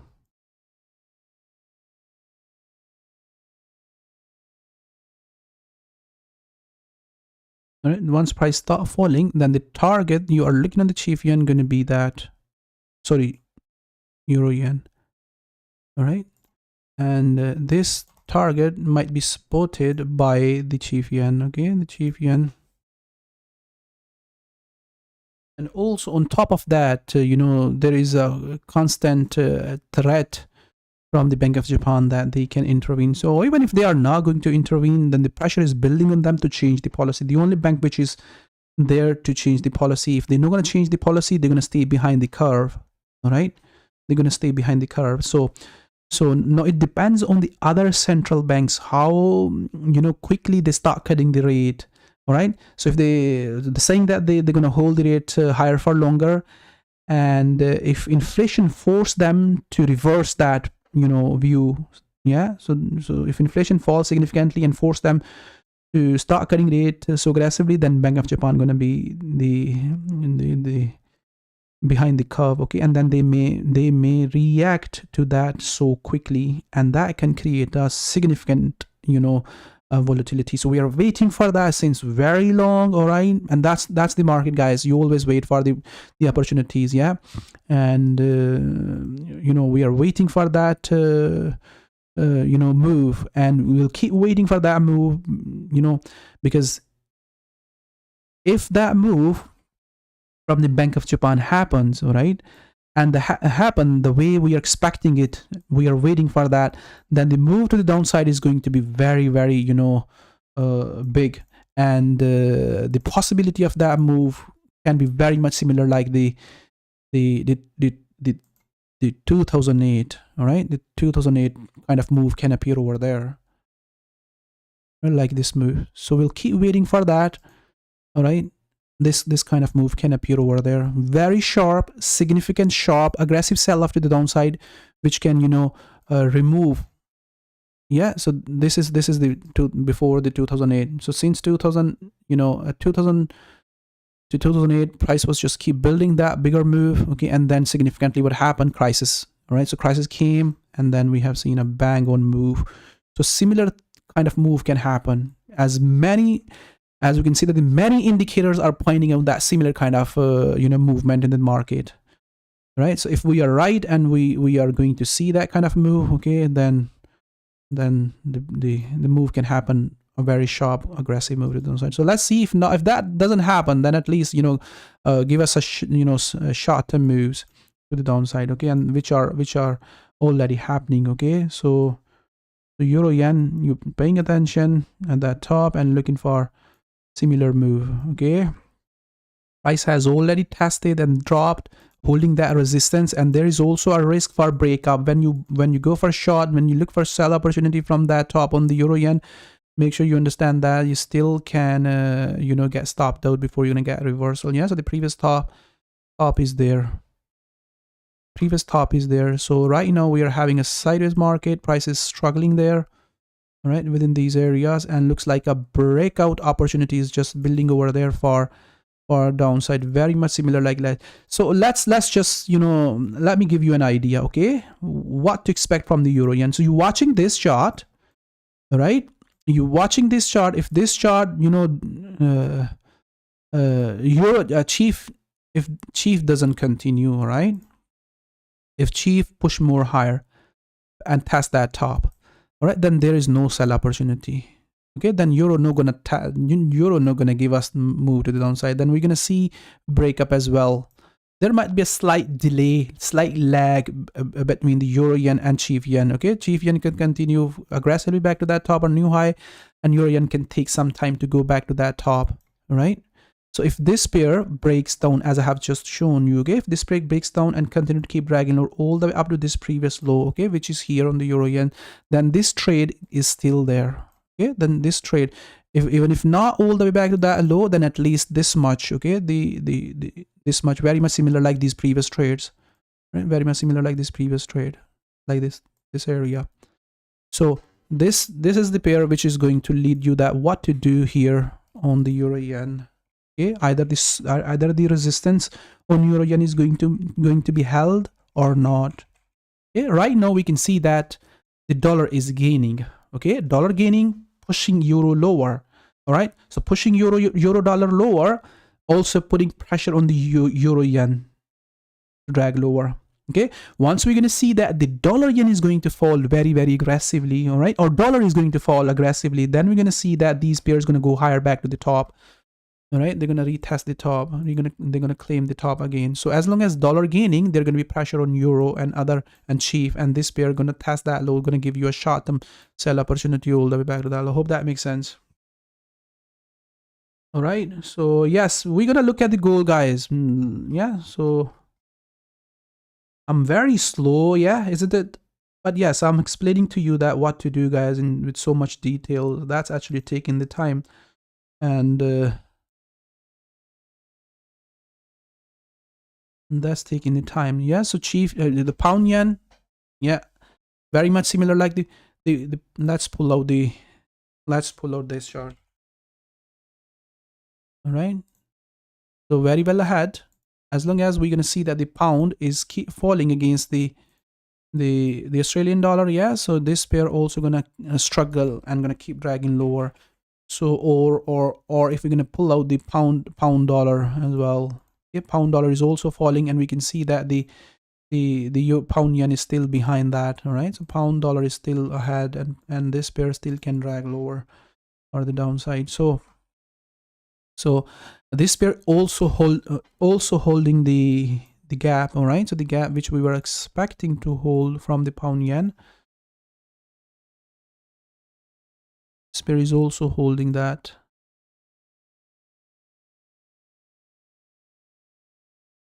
All right, so there we can see that the gap is being held at this area. All right, so gap is still being held. Drop, correction, another drop. ABC move is just simply appearing and still continue to keep dragging lower. So similarly, similar trade I'm showing here on the euro yen. So euro yen to hold that drop and keep dragging lower downside. Okay, so what to do on the pound yen?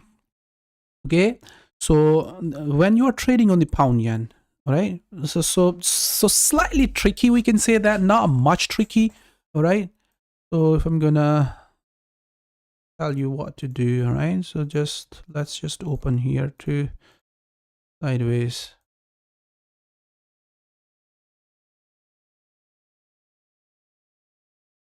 All right, so you are looking pound dollar here. Yeah, what we can see here, we can see that the pound is just simply banging lower against the dollar. All right, so when pound is banging lower, okay, there is no reason for the pound yen to stay strong. Okay, we can clearly see that this is, dragging lower. Okay, and this correction is still behind that, and we may see price can tag that low or even break that low, right? Like that, like the pound is just going down. So no reason for the pound. They gonna go higher then when dollar gonna start falling, all right? So they gonna, I mean, the pound against the yen. So dollar needs to drop. So dollar is not dropping at the moment. So that's why they are going there where the other currencies are going. So pound, also gonna continue to keep falling. So the trade you are looking right now is this ABC move to hold. Okay, it's dropped. All right, you cannot join that now. All right, so if you think that I wanna catch it from the current price, highly likely you're gonna have a drawdown, or you're gonna get stopped out. All right, or price gonna reverse. So this is the area where you're paying attention. If price visit that area, retest, and then you are looking this to go all the way back to that low. All right, price visit this previous high. Otherwise, the trade is already on its way. And in case if we are going to see a stronger sell-off, all right, then this is the target again, right? This place. Otherwise, this target, this short-term target. Okay, not expecting I'm not expecting another leg higher, which is possible, but I'm not expecting, because we don't have any indication for that next leg higher yet. So that's why staying to bearish to the downside. In case we are going to have an indication for upside, then there is another leg higher is still possible. So dollar yen. Okay, so dollar yen is just simply, there is significant pressure is building over there. So much news are coming over there on the dollar yen, but intervention is not coming. All right, so if you're going to look at that, many economists, they are saying that all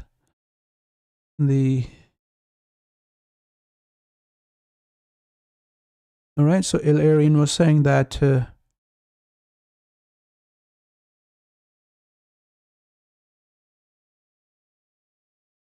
the main reason why dollar is rising is the yields. Okay, these yields are pushing the dollar dollar to higher. Okay, dollar, I mean, dollar to higher, and yen and yen lower yields. All right, so everyone is just watching that. For this chart from markets, the currency in Japan is flirting with 150 yen per dollar level. A weaker yen or higher yields. Okay, so higher yields are causing the yen to get weaker.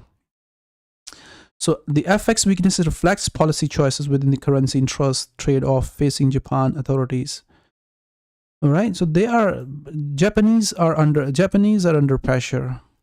All right, this is the main reason why yen is weaker. This is the main reason. The US 10-year yield is causing the yen to stay weaker and dollar to stay higher. And also we are having, higher yields on 10 years JGBs, but that's not, giving any strength to the yen. And also Bank of Japan is still buying bonds. All right, so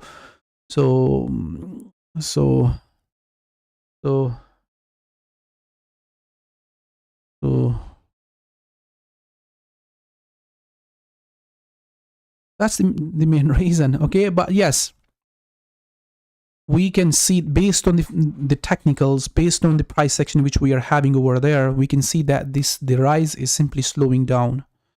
Right, so Bank of Japan, has not intervened in the currency market since 30th of August.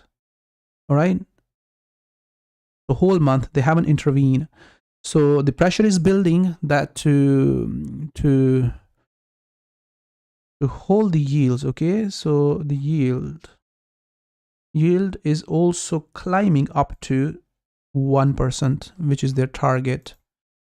Right, so we are having strength. All right, we were expecting that the yield gonna go higher, we're gonna have strength. And yeah, so the basic rules, or the basic idea that when you see that the rates goes higher, you see strength on the currency, but that's not happening.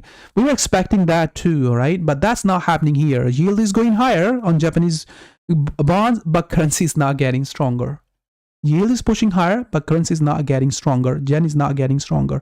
What's happening? Yield is pushing higher, yen is getting weaker. Right?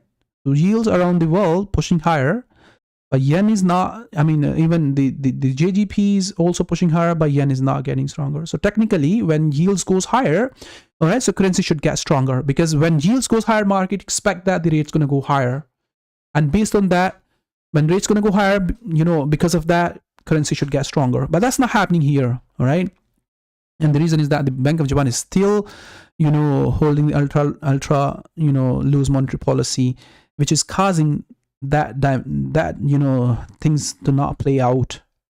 All right, and what is being expected, right? So the band is 1%. We may see intervention again from from Bank of Japan can push the yield lower from 1%. If it goes to 1%, still far away. All right, but if it goes to 1%, Bank of Japan can, buy bonds, can push the yield lower very, very aggressively. Okay, and that can affect on the other global yields as well. All right, we may see, sell off on other global yields as well. Okay, and that can stop rising the dollar. Right, this is also possible, guys. All right, this intervention is also, aggressive bond buyings can also drive the yields lower. Okay, like we have seen here.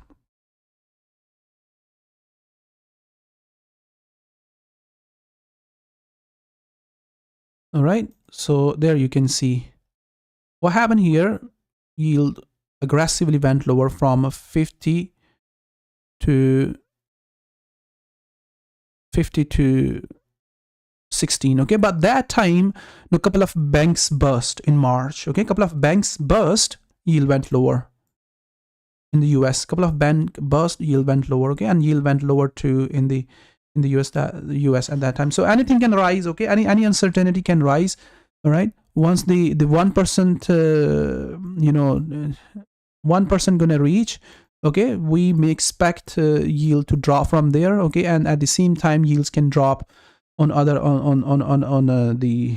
on the global scale as well. So on the global yields can fall, right? But we can see that still room is over there, right? And there is also a possibility for the US 10-year yields to continue to keep climbing all the way up to 5%, guys.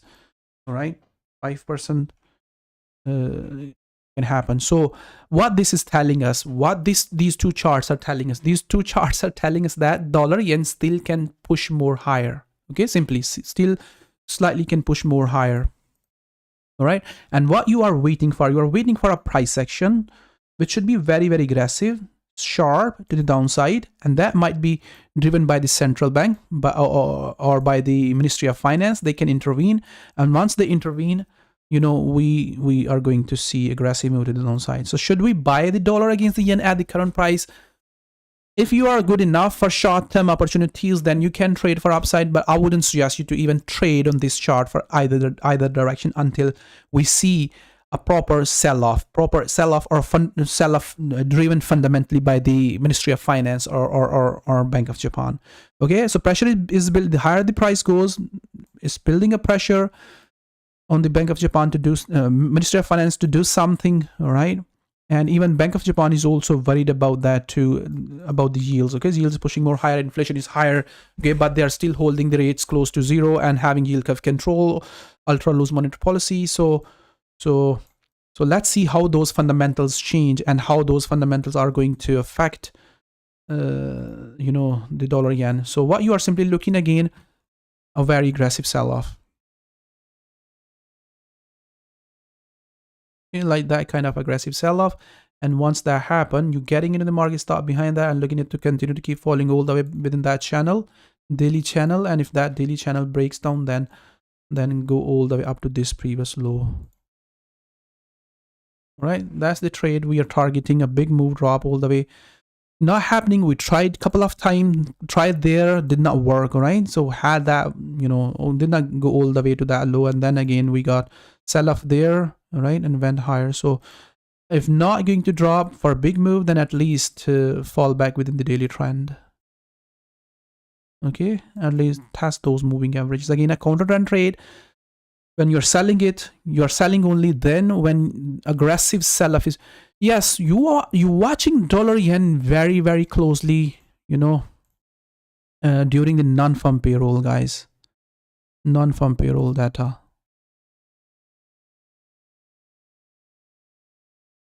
Right, or Fed, when Paul is going to speak, you're watching it. When ISM data is going to release, you're watching. When job opening data is going to be released, you're watching it. So these are the data where we may get a sharp sell-off, right? We may get a breakdown aggressive to the downside, right? Just look at that. Bank of Japan hikes bond buying as benchmark yields hit decade peak.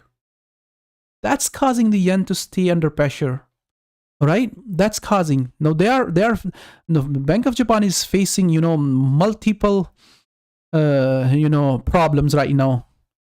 Higher inflation. When they're going to change the policy? Once they're going to say that their 2% inflation target is reached.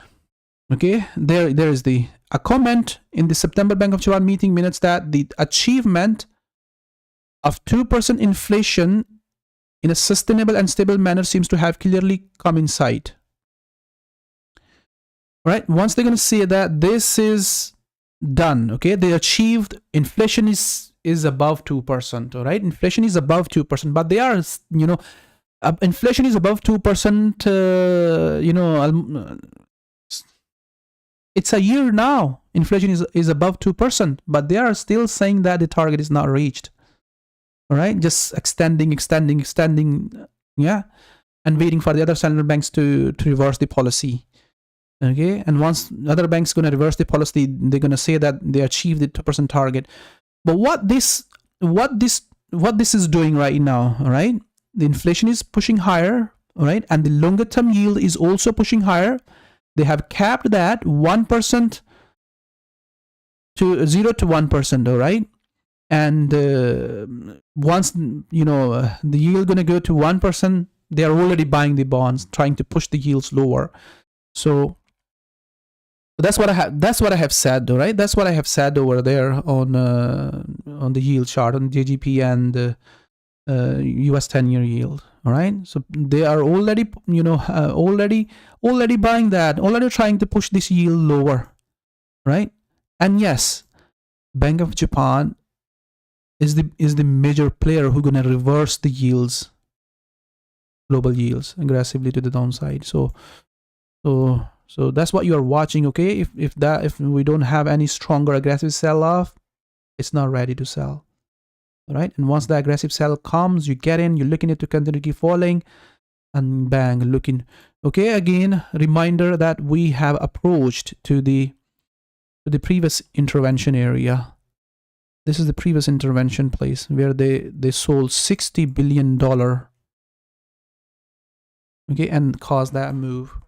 Okay, how much they're gonna do now, we'll see. 60 billion, 80 billion, or 100 billion, or what? The pressure is building, and this this ascending wedge is telling us that, the buyers are cautious about that dollar yen at the current price. They know that the Bank of Japan can intervene at any time and can reverse that to the downside. So that this price action is telling us that. All right, so CAD yen is very much similar. You look in price action over there and a drop. It went pushed more higher.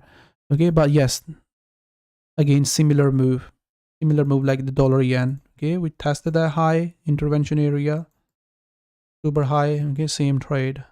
Price action, looking for a price action, sharp sell off over there. Okay, some sellers are just coming over there, but significant sell off is not coming. Same trade. Okay, Uzi yen is already there at that October highs. Okay, but slightly can push more higher. It can test that high. All right, so you're only looking for these pair to counter from the highs and go down. All right, so go down this area, this low, further longer term to the downside. Same goes with the New Zealand dollar. New Zealand dollar slightly went higher. All right, and all right, so you're looking it to. All right, so looking them to counter it, but make sure you counter them cautiously. All right, as fundamentals are still not supporting the yen. All right, so euro pound.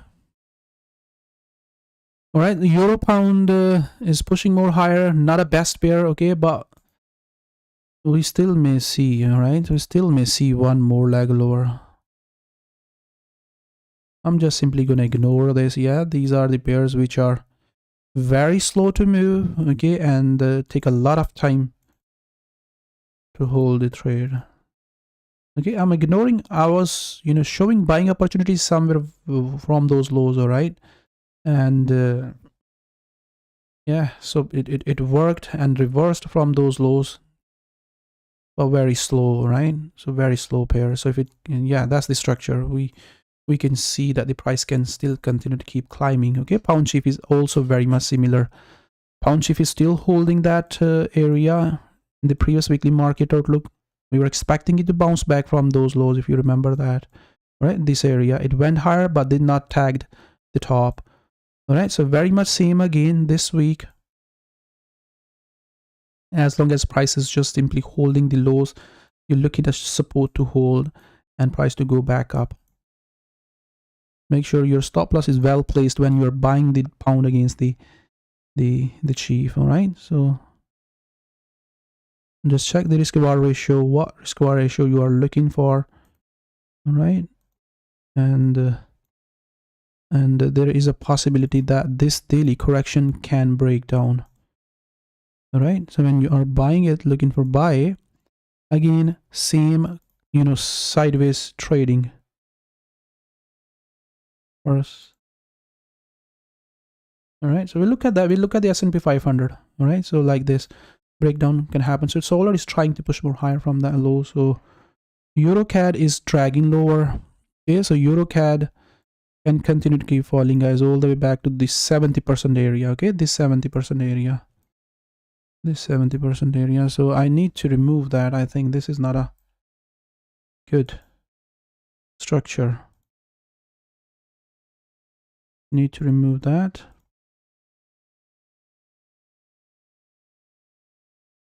All right, and we may see this continuation to the downside. All right, so we may see this leg lower. Right, so there is no signs or anything else. Okay, so we can see that the euro is sliding down. All right, but this chart is still holding that low. Sorry, holding that high within those trend lines. Okay, the trade is very much clear over there. Right, so it's breaking down, but this is not breaking.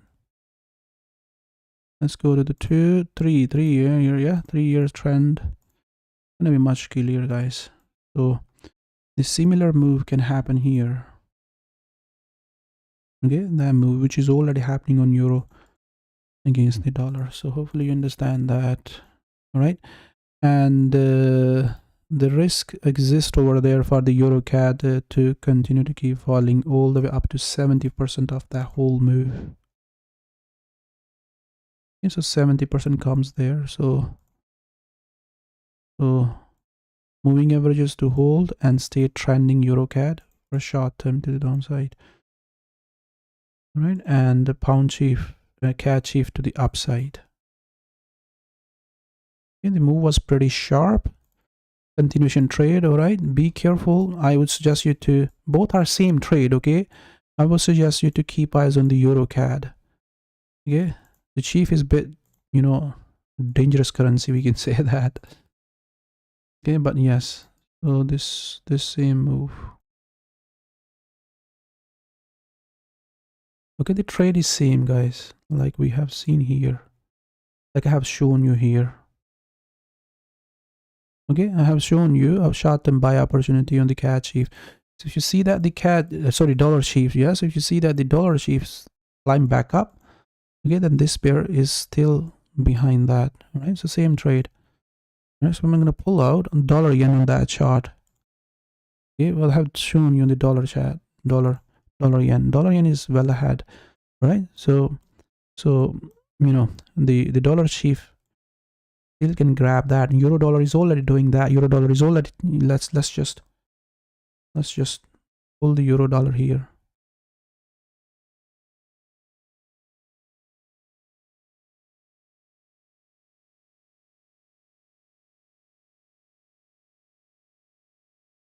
All right, so euro dollar is already, you know, going to claim that low or high, we can say that, but CAD chief is already, you know, going into that direction. So the trade is very much same. So dollar is ahead, dollar is well ahead on the, you see that the dollar is rising against the yen, right?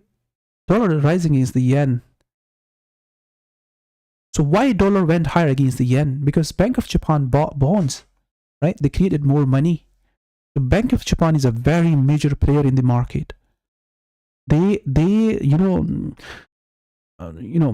they move the market, simply we can say that, right? Bank of Japan can move the whole world market at any time whenever they want. So Bank of Japan is a very major player. They bought bond. Bank of Japan, what they did, they bought more bond, they created more money. Okay, this news. Bank of Japan hikes bond buyings as benchmark yields hit decade high. They bought more bonds. Dollar went higher against the yen. Okay, now dollar is also rising against the other currencies. I got the other risk on currencies. Simple, right? So Bank of Japan is a very major player. So the trade is very much simple, same. Okay, hopefully you understand that. So pound New Zealand dollar, also a continuation trade breakdown, doing it. This chart is doing nicely, but it has extended a lot. All right, so this chart has simply extended a lot to the downside. So let me find that chart. I do have old chart as well, old pound No, these are not the charts. So I do have that chart in my group. So when we were expecting it to drop from that top, so the trade has already extended a lot. All right, the move has already extended a lot, and there is a possibility again as well. This pair to go all the way up to 70%. Yeah, 70%, 196. So the move is, you know, almost gone. All right, so 70%. So the whole move has gone. So what you can do, you only can trade for short term with the continuation. Okay, for short term continuation trade, and once that do not hold the trade for longer term to the downside. So only a short term, you know, trade. So a short term trade, guys. So wouldn't suggest you to do anything on this chart. The trade is already gone. Okay, so let this correction slightly get more bigger or breakout. Okay, so breakout should be confirmed by other assets, then only you can take that breakout. All right, let this push more higher, slightly push more higher. Okay, and then this trade, if it breaks without hitting that, okay, yeah, you can trade for breakout this move, but I would suggest to just simply let that go. All right, this breakout trade gonna be slightly risky. Yeah, can be taken on breakout. All right, can be taken on breakout as long as price keep extending lower, but this is going to be a slightly tricky. All right, slightly tricky, and you may not handle that breakout because it can fall and then again, you know, get back. So if price correct back to that high, okay, and start struggling over there, give you a good price action, okay, then this trade gonna make sense back to this low and nice leg lower of this previous move. All right, so yes, it's gone, extended a lot. If you only can grab that if it, you know, pull back nicely. Okay, so let me give you another you know, tip here. All right, let me give you another tip here. So don't trade on this, on the pound New Zealand dollar, and watch this.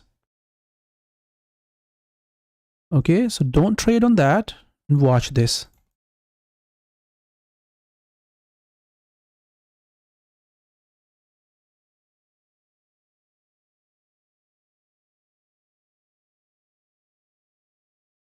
Okay, don't trade on this, on the pound New Zealand dollar, and trade on the pound Australian dollar.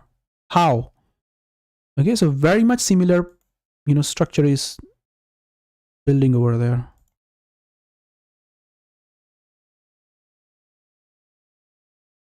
Okay, so I said that you're watching price action here, okay, on pound New Zealand dollar.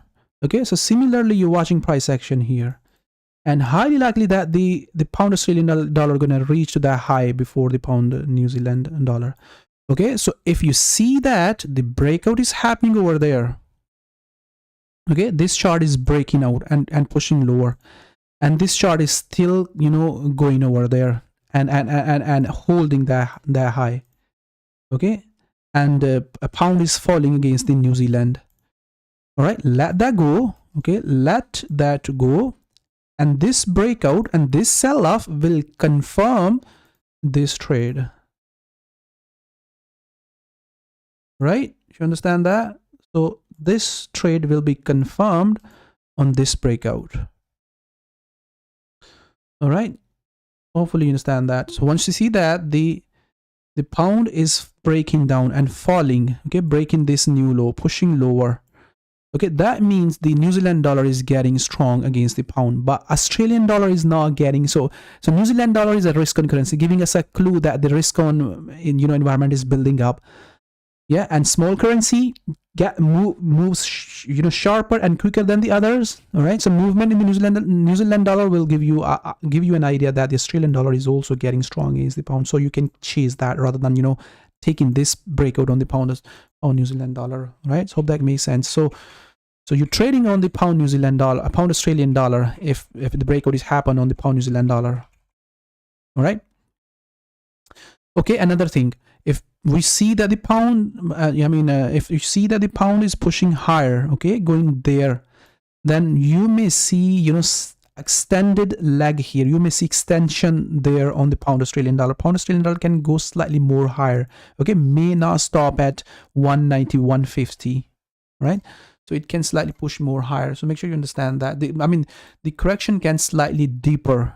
Correction can slightly be deeper up to this area, right? So make sure you understand that before. Okay, so what I'm telling you here simply is that, you know, you are looking for a sell opportunity, short-term sell opportunity with the trend which appeared over there from top on these 2 pound pairs. Okay, that's what I'm saying. Okay, so you're looking for a pound New Zealand dollar to break down and continue to keep pushing lower. Okay, once you see that the pound is breaking down, pushing lower, okay, it will confirm the sell opportunity on the pound Australian dollar. Okay, we may not see both pairs break down at the same time. That's the point, right? We may see breakdown on the pound against the New Zealand dollar first, and then you can get a breakout on the Australian dollar. Yeah, pound can break down, so that can give you a trade. Okay, that's what I'm saying. So watch that. If that happens, then the trade is there. If that doesn't happen, something else is going to happen. Ignore that. Okay, ignore that. Simply don't trade on this. And as long as that keeps happening, the trade setup will be over there. All right. So yeah. So same goes with this. All right. So how to trade here on this chart? The trade is simply the trade gonna be same, guys. Okay. What trade? Same trade. Which pair I have shown you? Any idea? What kind of trade I have already shown you? Any idea, guys? Trying to break up right now. Okay, the pattern is telling a different. Any idea what kind of, you know, which pair you need to look at that for pound CAD to trade?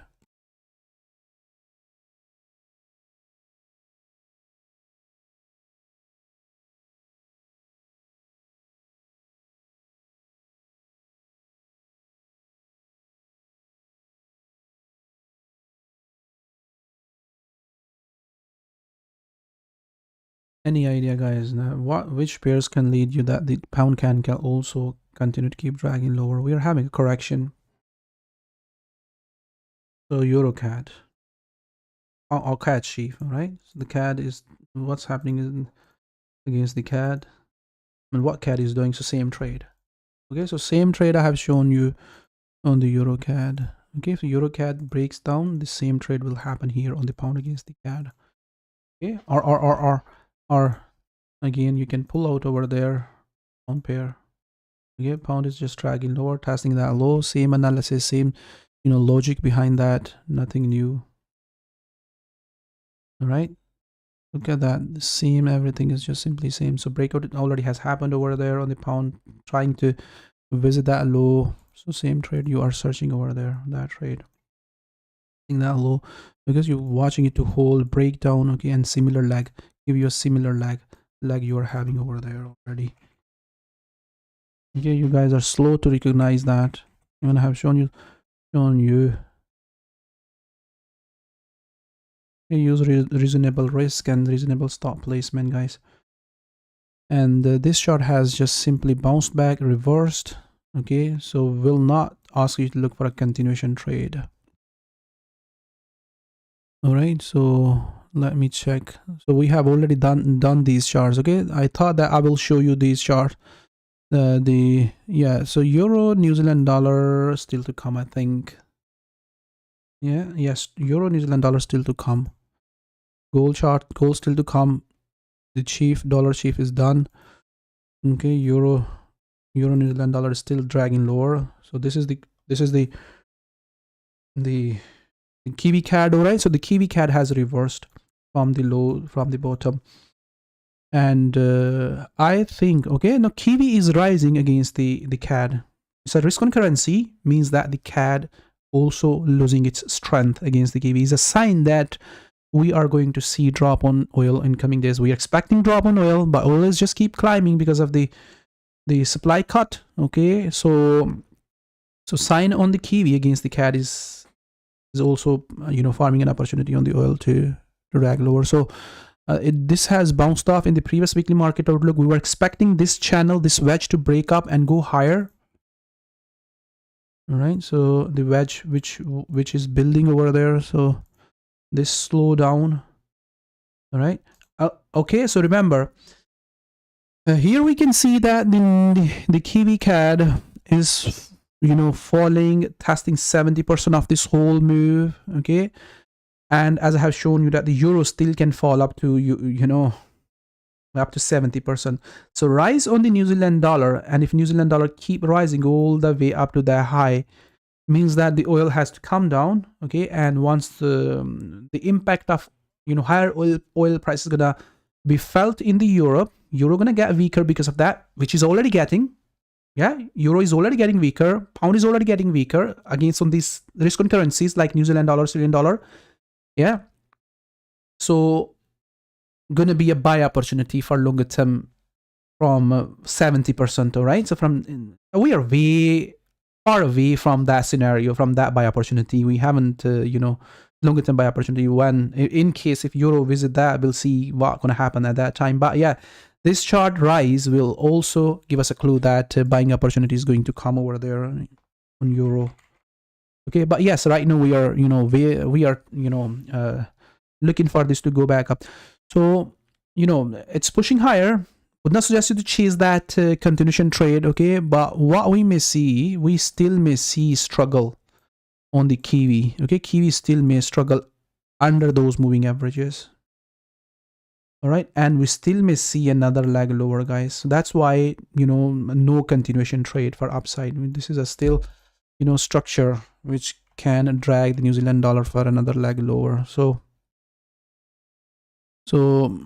yeah, so if you already caught that trade from the lows, okay, then you are looking it to continue. Wouldn't suggest you to do anything. Okay, just look for this to continue. To do not buy these short-term opportunities. All right, what I have shown you on the euro CAD, right, I have shown you another leg lower. Okay, so this chart is also having a risk for another leg lower. All right, okay, so you see that I've shown you one more leg lower. Okay, we still may see one more leg lower on the Kiwi CAD. So that's why, no buying for continuation trade. And in case if that drops, we're only going to look for buy from here, from the lows, not from here. Okay, but rather than selling this pair, you are looking for other pairs opportunity, same opportunity on other pairs. That's why I'm going to ignore the Kiwi CAD for buy for this week. Okay, and if it keeps pushing more higher, great. You are having some strength on the Kiwi. Okay, and same goes with this chart. All right, so we are looking for this to reverse. I had that chart. Yeah, so we got us some buying opportunity. We're expecting Australian dollar to bounce back against the CAD from the lows.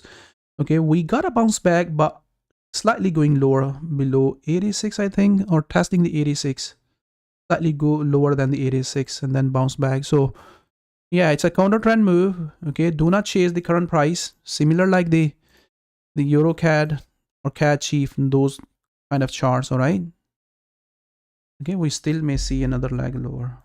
So these are not a strong pending chart which can continue to keep rising. So slow moving charts and will take some time. Okay, this is the structure. We still may see another leg lower, and that's the structure. Okay, and it can continue or can fall back for another leg lower. So basically,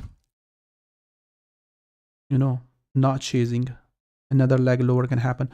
So again, what to do here? If we see that the New Zealand dollar is going to fall against the CAD aggressively from current price, okay, and test the lows, then you can grab the Australian dollar CAD for the downside. Yeah, if New Zealand dollar keeps pushing more higher, there is no sell opportunity on the CAD. Okay, so I have told you, I'm just repeating myself, right? So I have said that here, if you remember that. Okay, I told you that if you see that the Kiwi keep falling against the CAD, then the trade gonna be here on the Aussie CAD. So that happened already. Right, so we have seen new lows there.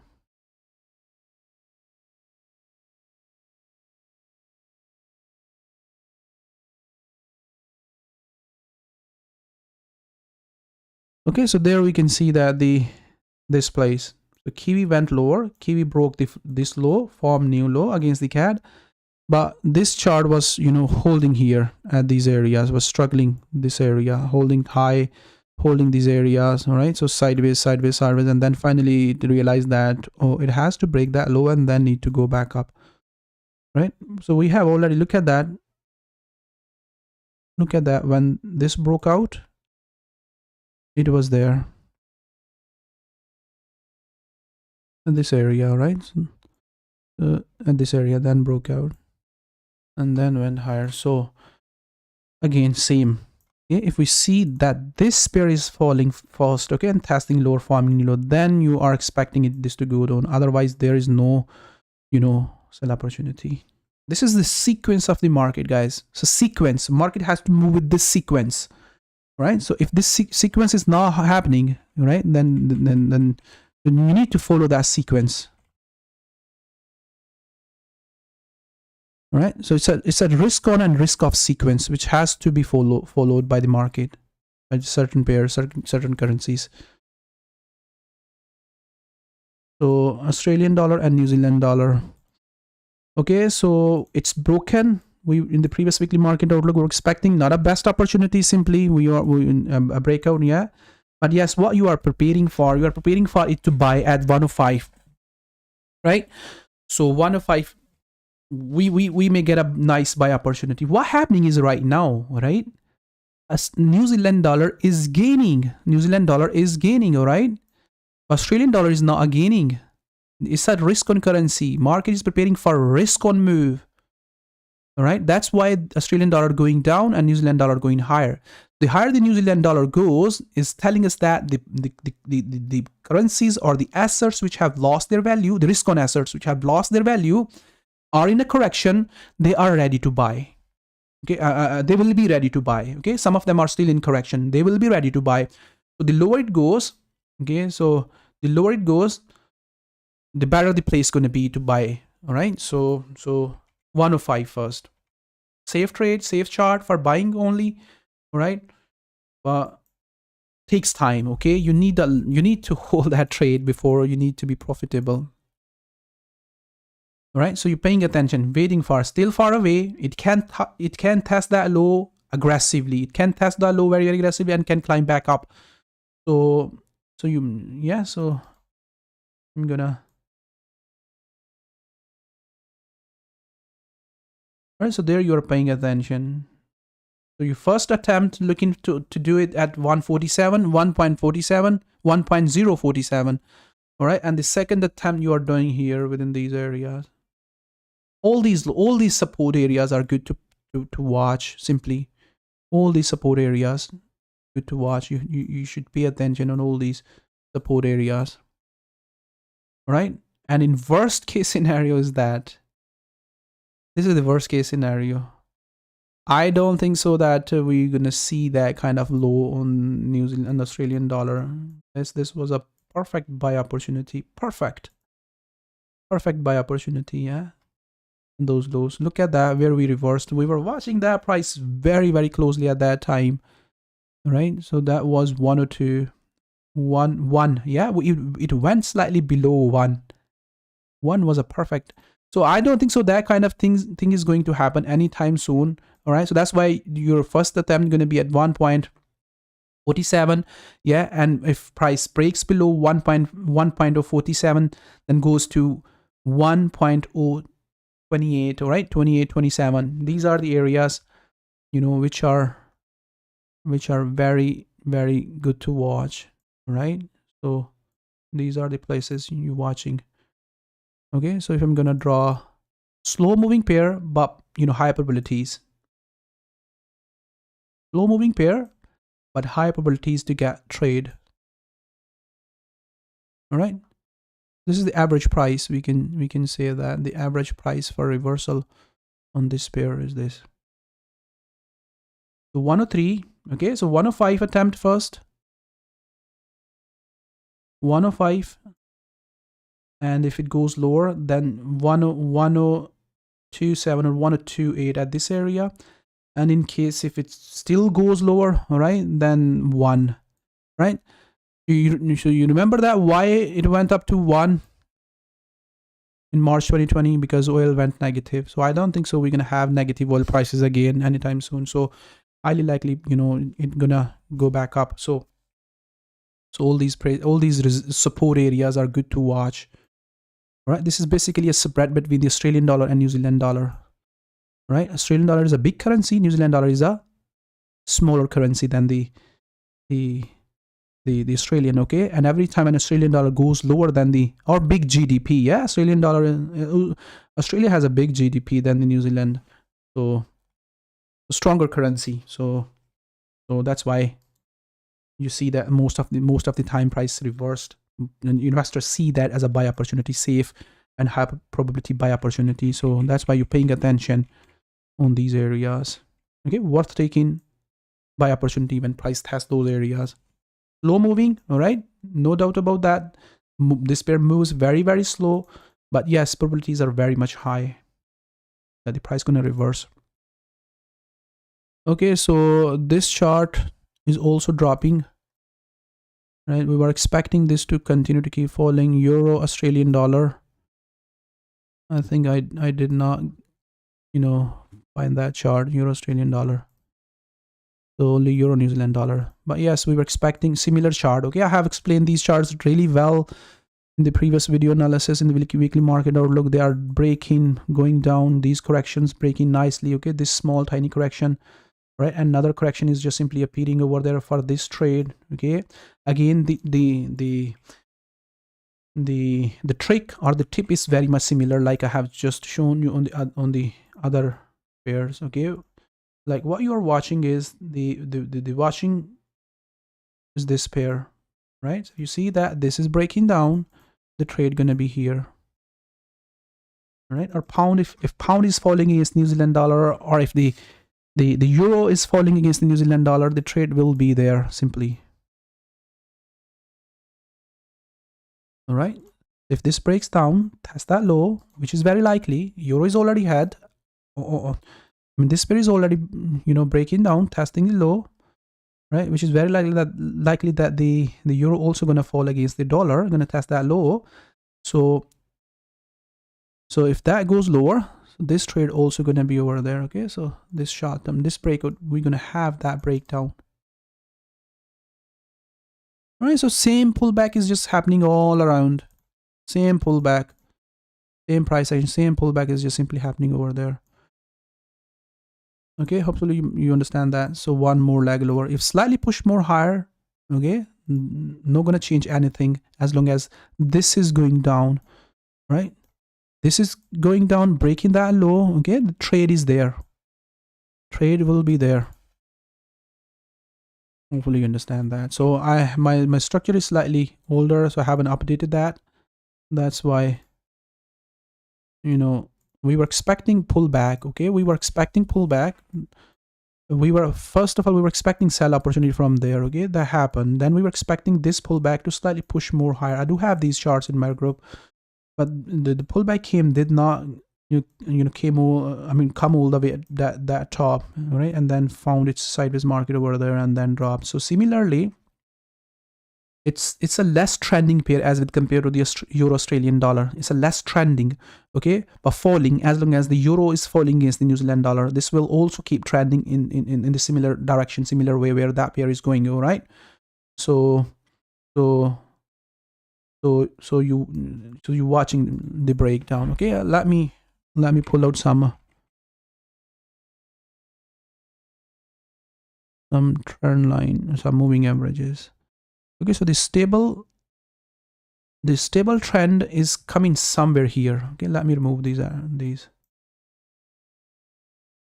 mean, the stable place are the less risky place. I don't think so price gonna go that much far away, guys, because we are having already some indications that the breakout already has begun over there on other pairs, right? As I have just shown you, many pairs that they have already broken down, dollar already gained. So if that happens, all right, so now this place very much similar expanding triangle like I have shown you on pound Australian dollar, pound New Zealand dollar. Right, and this place, that resistance. Okay, that's that resistance to hold, and you're looking for a short-term opportunity like that, these areas, and just a continuation trade. Short-term continuation trade.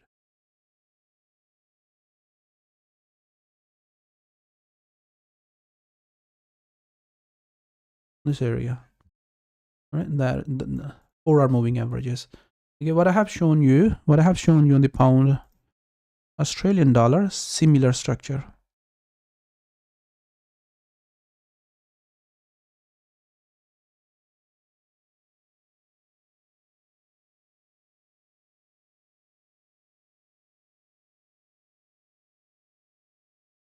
All right, so similar structure. So trade must be confirmed by other assets, by other market movements first before you jump into that trade. So once it's confirmed, it will increase your probabilities.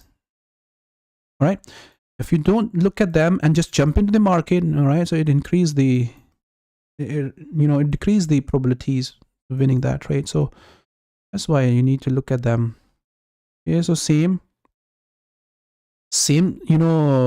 like I have shown you pound New Zealand dollar, right? The trade is just simply happening, dropping from that top.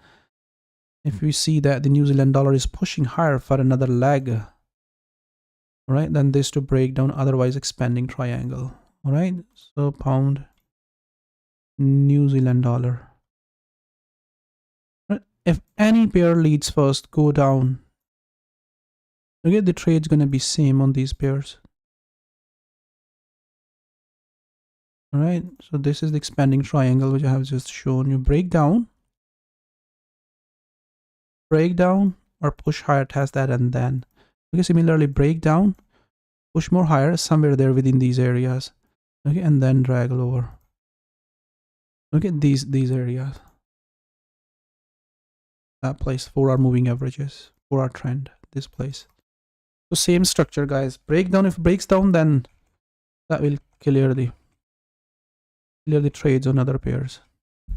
Okay, like Australian dollar pairs. So same, this is also same. Okay, this is also same. All right, so same trade, same correction is just simply happening. We just need to invert the chart. Look at that. All right, if you see that it's already happening, all right? So it's already happening. All right, so it's already happening. It's already happening, guys. So where is the dollar chief? Dollar chief. All right, dollar chief is here. It's already happening. The same trade is just simply happening. So dollar chief reverse. Dollar chief goes down, tag that low, then the trade gonna be same.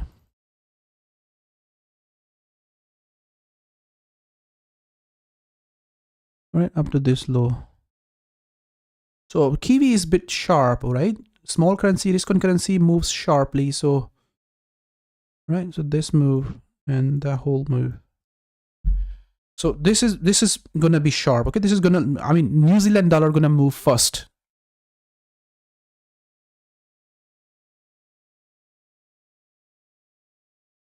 Same trade. Okay, I'll look at the gold.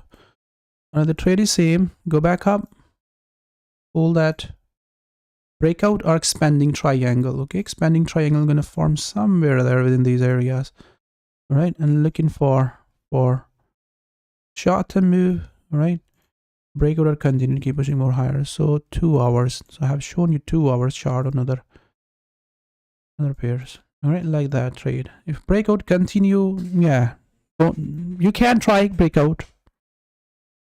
All right, so in the previous weekly market outlook, we're expecting it to bounce back, hold that, go higher, go higher. It went higher, these areas.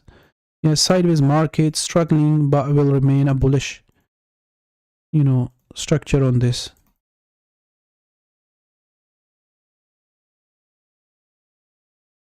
Right, go down, test that, and go back up, or continue. Okay, not at a best spot, so break that high. All right, break that high. rand. The Chinese yuan, same. Yeah, we may see struggling. It's struggling. We may see, you know, another leg higher. So intervention is just simply happening from Chinese authorities, but the scale is not so huge. Simply, all right, and I have to slightly change my structure on that because the flag is not breaking, and as we can see that the leg is just appearing over there. Another higher leg is just simply appearing over there on the dollar yen. That can also cause this to go higher too. All right, like this. Okay, and from the high to reverse like that. All right, so we still can see another leg higher. That's the Chinese yuan. Peso is building the momentum for upside. Remember, we are expecting this to bang on, all right? So bang on for a big move.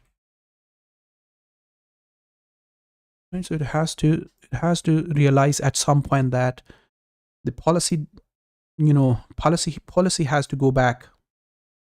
All right, so policy divergence caused dollar to keep rising against the rand, and policy divergence also caused the dollar to keep falling against the peso, right? But the overall trend since 2 decades, since 20 years, is the bullish.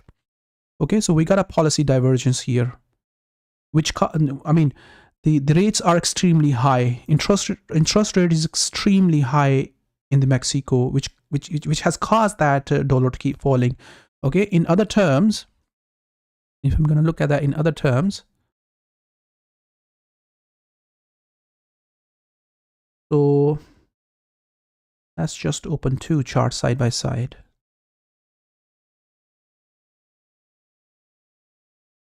All right, and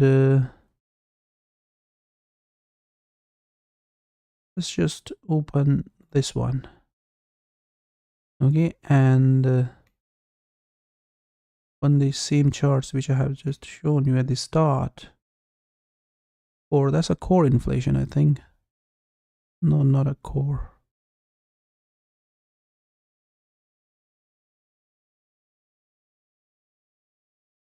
This. You know, this is causing the, let me just confirm that both are headlines. Yes, both are headlines. Okay, now this is telling, this chart is telling us that the policies, you know, the monetary policy is way too strong, right, in the Mexico than the US.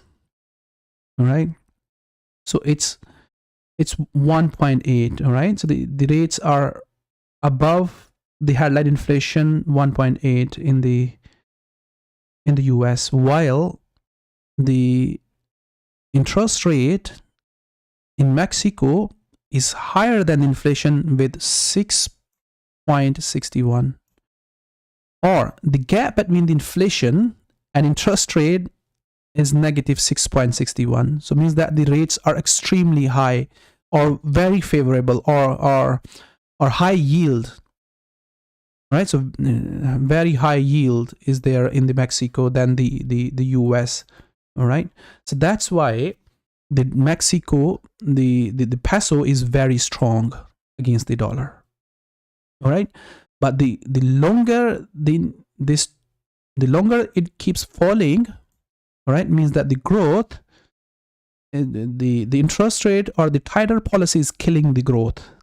Okay, that's why this is going to reverse very, very aggressively. This will reverse very, very aggressively. The policy will reverse in Mexico very, very aggressively, and the gap, or the policy gap which we are having here, gonna shrink. Right? This policy gap gonna shrink very, very, when buyers gonna realize that, or when, you know, Bank of Mexico gonna, you know, change its policy, gonna start cutting the rate, they're gonna be very, very aggressive. Okay, when they're going to be very, very aggressive, dollar going to climb up very, very aggressive for upside, like it has done there, all right, or done there, or done there, these areas, and this gap going to shrink.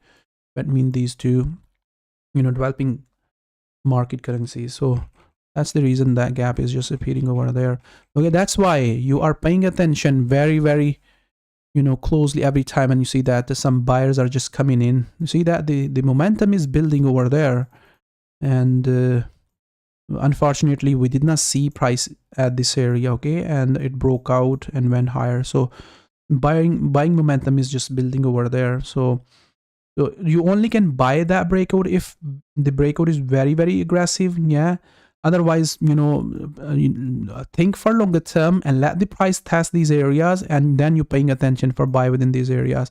Okay. The only exception to jump in the current price if something very unusual is going to happen and very strong aggressive move is going to come, then you jump in. Otherwise, think longer term and let the price let the price get back to the downside, and then you jump in. If you really want to trade for short term, okay, then you're paying attention at these areas, very much similar like other dollar pairs, okay. Or if I'm gonna pull out the dollar yen on that chart, that's telling us that story. All right, so dollar yen is already ahead, telling us that we may get a strength. All right, dollar yen dropped, went higher again, then short term buying opportunity all the way back to that high on the dollar peso.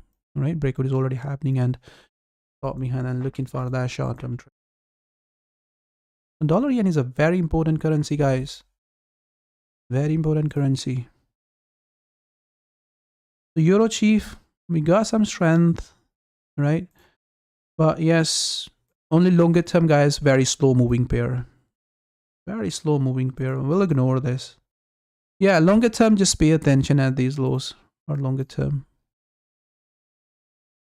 these areas. All right, so if breakout happens, something happens over there. I mean, intervention happened from the Swiss National Bank. They said that they are ready to sell the currencies. If so, then this is to continue breakout. Otherwise, lows. Okay, so there is the equities, guys. Some of you guys were waiting for the equities. Okay, so yeah, so last week we were in the previous weekly market outlook, we were expecting, continuation. All right, continuation, and we were expecting, them to the indices to continue to keep rising, right? But what's happening here, right? So you have to be slightly careful, all right? So let me just bring that chart. I think I have updated that chart. You have to be slightly careful, guys, for if you're a buyer over there. Okay, we were expecting S&P 500 to rush for upside, and the move happened. Okay, but here is the problem which is coming over there, right? The problem, not this one, sorry. So Nasdaq 100 index, right? So Nasdaq 100 index is okay. So we had our next leg higher, and there we were expecting, buying opportunities. Okay, these areas. Yeah, this ABC move to climb up, but there is a risk.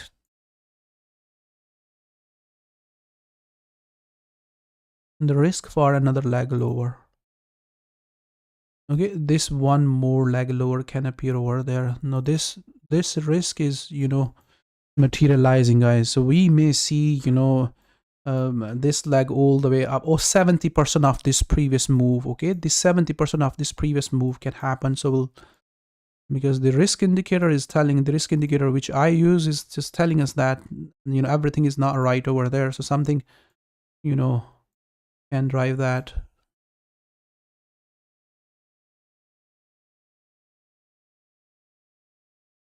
All right, so there we can see that. So we may see similar kind of move. Let's just open that side by side.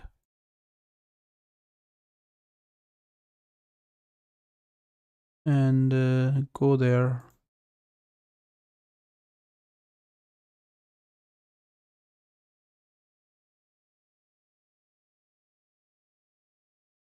Same again, guys. Or let's go to this clean chart, so that you can understand that really well. So indices, indices are not giving us a good signal. All right, so go back up. Nasdaq 100 index and CAD.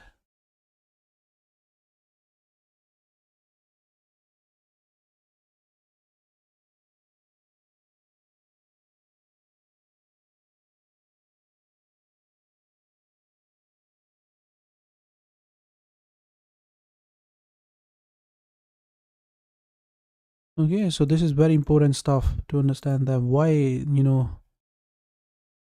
we may see another leg lower. Okay, we got a nice leg from here to here. Right, we got a nice leg from here to here. Okay, so the logic behind this move is that the New Zealand dollar gained significantly. Okay, a significant strength we have seen on New Zealand dollar again as a risk on currency. Okay, and then we started to see buying opportunities over there on Nasdaq 100 index. Okay, and the chart, the buying we have seen here, right? Then the nice buying opportunity appeared over there on Nasdaq 100 index. Just recently shown you that chart, maybe on daily. Yes. Okay, driven by that move. Nice buying opportunity seen over there. Okay, now we can see that the price started to struggle. Right, so the price started to struggle means that we were expecting this to go higher and test that all the way back to that high. Again, test that all the way back high. Right, but we can see that the lag which we are having over there, and seems that the lag is started to play out over there on indices. Okay, and there is a risk, complete sell off over there all the way back to this low. Okay, we may see similar kind of move over there on indices. So again, very much analysis is very much similar like the euro dollar. Okay, the analysis which I made with the euro dollar, kiwi CAD using with the euro dollar. Okay, so same technique is applying over there. All right, so when you are looking for buy, you understand that if it's pushing higher, you're staying in. If it is not pushing higher, you're taking your short-term profit off and getting ready for another leg lower, okay, which can extend up to 70% of this previous whole move. Like we have seen that aggressive risk on move here, New Zealand dollar, and then New Zealand dollar removed all those gains. And similarly, equities went higher. Okay, now equity is struggling to push more higher there. Okay, and the set to drop all the way up to 70. So this risk exists over there. All right, so that's why the chart which I have shown you on Nasdaq 100 index is showing that the breakout is possible to the downside. Okay, and we may see a complete leg all the way back to this low. Right, this chart is showing that the possibility is there for a big expanding triangle. Okay, we were expecting this triangle, this flat formation, if you remember that. Okay, another leg to happen and then go down from there. Okay, then hold that top, this big flat formation. But it seems that the flat formation is not appealing, or seems that we are not getting that next leg higher over there, and maybe price is set to fall for another leg lower. This triangle. Okay, one more leg lower before going to continue. So risk of this one more leg lower is exist over there. Okay, this chart is telling us, okay, we may see one. We were looking for buy last week. All right, we were expecting that the index is going to jump when we're going to have resolution of the uncertainty of US government shutdown, when they're going to resolve that, when they're going to have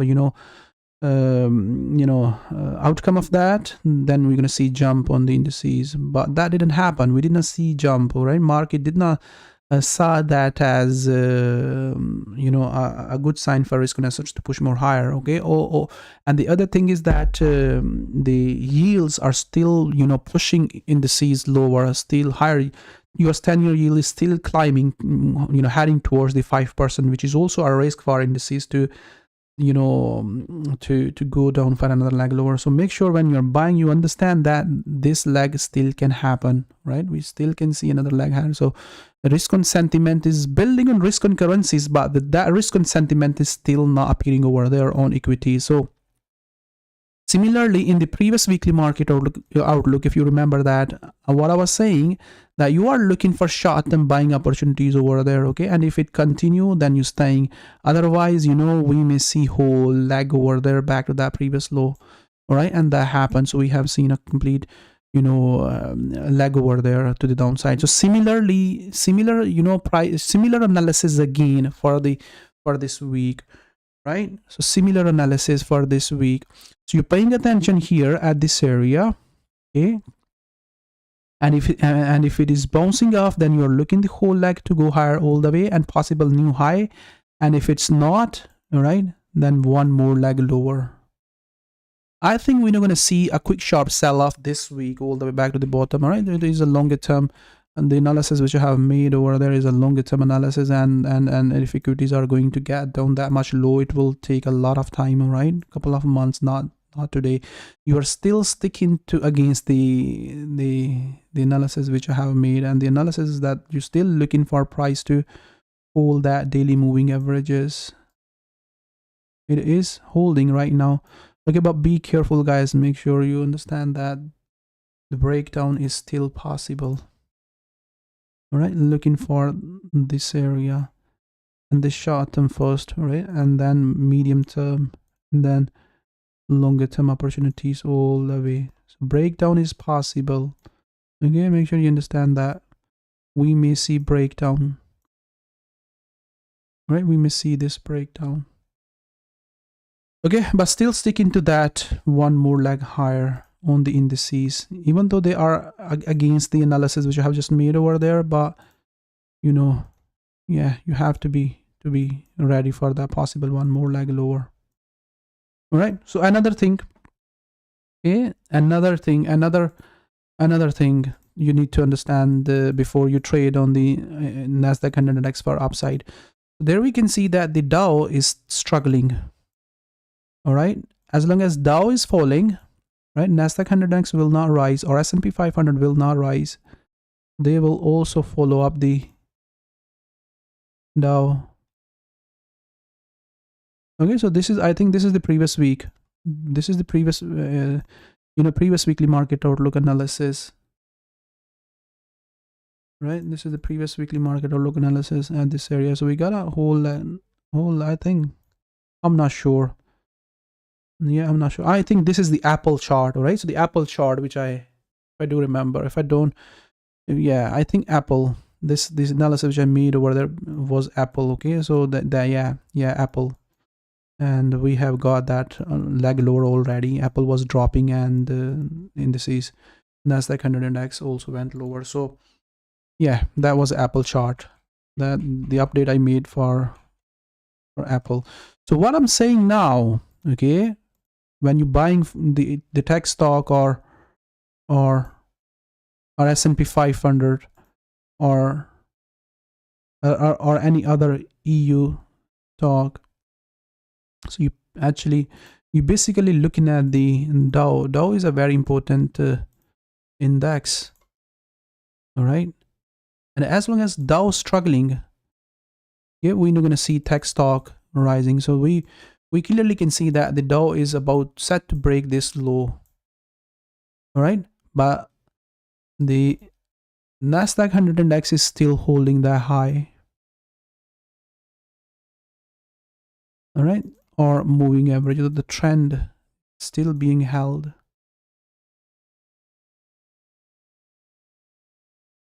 Yeah, clearly we can see that Dow broken down that flag, testing that low, right? Nasdaq 100 index is still, staying above the moving average. It means that Nasdaq 100 index still can drag lower all the way back to that previous low. Okay, if Dow keeps falling, there is the trade. That's the short-term trade which is just already happening over there. It's now ready for buy.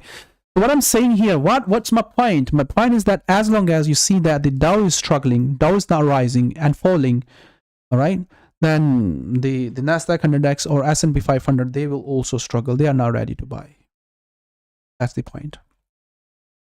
Okay, so on bigger daily time frame, you're still gonna stick to the upside, and on lower time frame, as long as you see that the Dow keeps trending lower, okay, then you are not buying the Nasdaq 100 index, right? Or let's just make it simple, guys, rather than, you know, as long as Dow keep falling, don't buy the Nasdaq 100 index, whatever the time frame is. Okay, and what are the chances that the Dow can finish this move all the way back to that low at 70% retracement? Very high.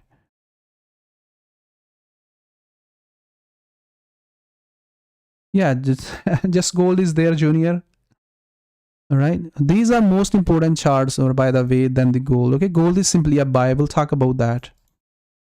Okay, gold is a buy. Don't go short on the gold. We'll talk about that, what to do. But before you buy gold, you need to look at the silver. Okay, my next chart is, there is the gold. All right, let's just look at the gold. All right, so in the previous weekly market outlook,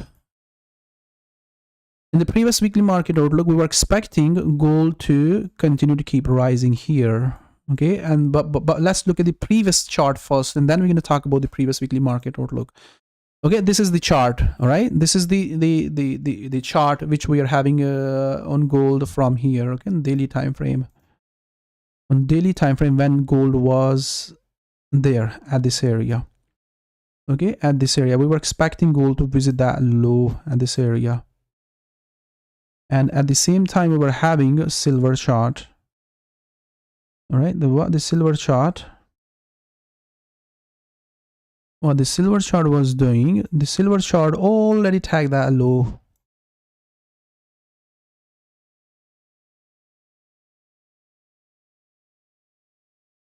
Okay, so silver chart already tagged that low, but gold was holding that high and gold went lower. All right, gold went lower after having that move. So silver, what silver did, silver tagged that low, pushed higher, and then again, you know, dropped lower. So my point here is that if you are trading on gold and you want to trade on gold, you need to look at the silver first. Okay, what silver is doing. All right, so if you see that the silver is bouncing back very aggressively, moving sharply, then there's going to be a buy opportunity on gold. Okay, as long as silver is under pressure, keep pushing more lower.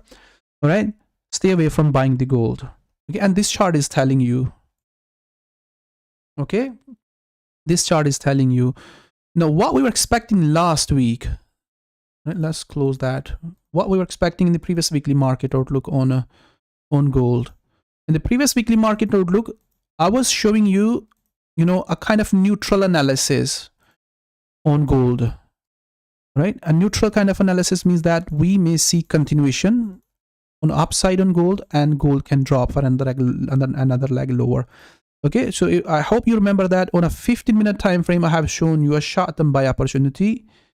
If you go and look at the previous, you know, weekly market outlook, you can get the idea that somewhere there, okay, here at this area, we were expecting, yeah, so 15-minute time frame to continue to keep pushing more higher, and if so, then you're holding, and if doesn't, then you're taking off. Okay, we got a nice bounce, gold exactly test that low and then bounced higher for another leg higher. Okay, that short-term buy opportunity played really well. Okay, but again, here is the problem came. What was the problem? The problem is that the yields start pushing higher. 10-year yield was just keep pushing more higher, and gold started to fall. So yields are really important. Okay, yields are very important these days before you jump into these gold buyings or silver buyings. Okay, once we see that the yields are pushing more lower aggressively, then you are, you know, paying attention. And during the week, all right, so what we were looking for on gold, we were expecting buy here. All right, we were expecting buy opportunity here at this area on gold. All right, because silver went well ahead. But you know what happened? Again, silver dropped very, very aggressively. Okay, silver went nicely up, then dropped. Okay, silver led us very well that the move is going to come on the gold. Okay, but it didn't continue. So it went higher slightly. Okay, it slightly went higher, but then again reversed very aggressively to the downside. All right. And the drop was caused by the higher yields and the uncertainty which we were having in the government shutdown that caused these whipsaw move, okay, up and down. So that's the previous picture, okay? That's the previous picture. What has happened? What we were expecting, all right? Now the question is what you are looking for now, right? What we can see from gold to do. Okay, again, there is still a possibility that gold can visit 1600 again, all right? You cannot rule out that. Gold still can visit that 1600, all right? 1600 is still possible, all right? We are not looking for this move right now, okay? You are not looking for sell on gold simply, right? Because there is a lot of mess going on, all right? Fundamentally, a lot of mess is going on, okay? And any intervention or any kind of stuff can, you know, create a strong jump in the old gold prices. So you are simply looking for it to find its floor somewhere at the current price, okay, and start pushing more higher, right? Or at least give us a counter trend correction.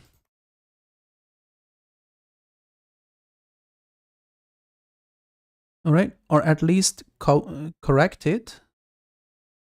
All right, correct it like this and then drop, right? Or simply go back up, right?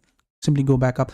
So you're looking for a counter trend move at the current price, okay? So for this counter trend move, okay, for this counter trend move, you are paying attention specifically on the silver. If you see that the silver is bouncing off which is not right now, right? Silver is not bouncing off right now. Okay, if silver is bouncing up aggressively back to the high, all right, then you are looking to buy the gold. Okay, gold is right now is a lagging asset at the moment, okay, and can give you can get the idea really well before you trade on this. All right, hopefully you understand that you only can look for a counter trend move.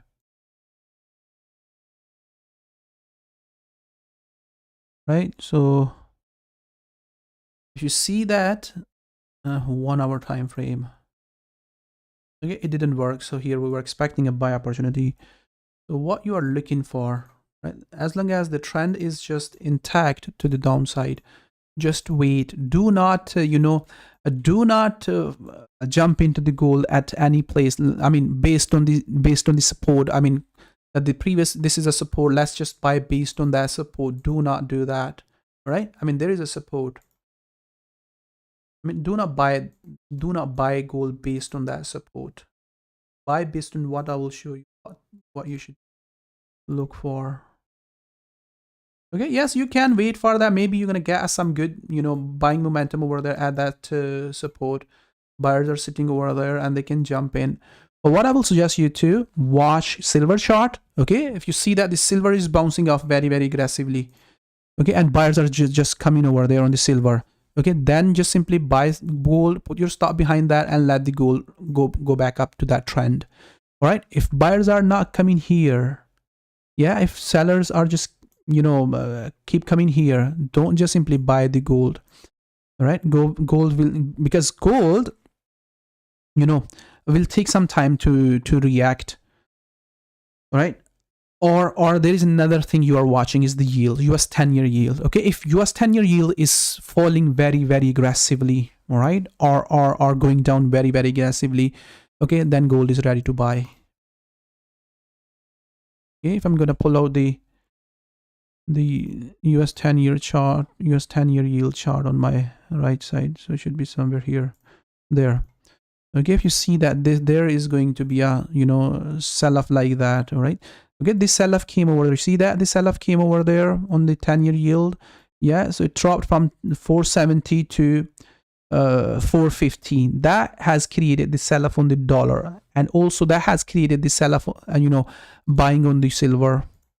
Okay, but we haven't seen similar kind of buying on the gold. Okay, there you can see that, or let's just invert that chart. Okay, so yield dropped, silver jumped. Okay, then again it's resumed the trend.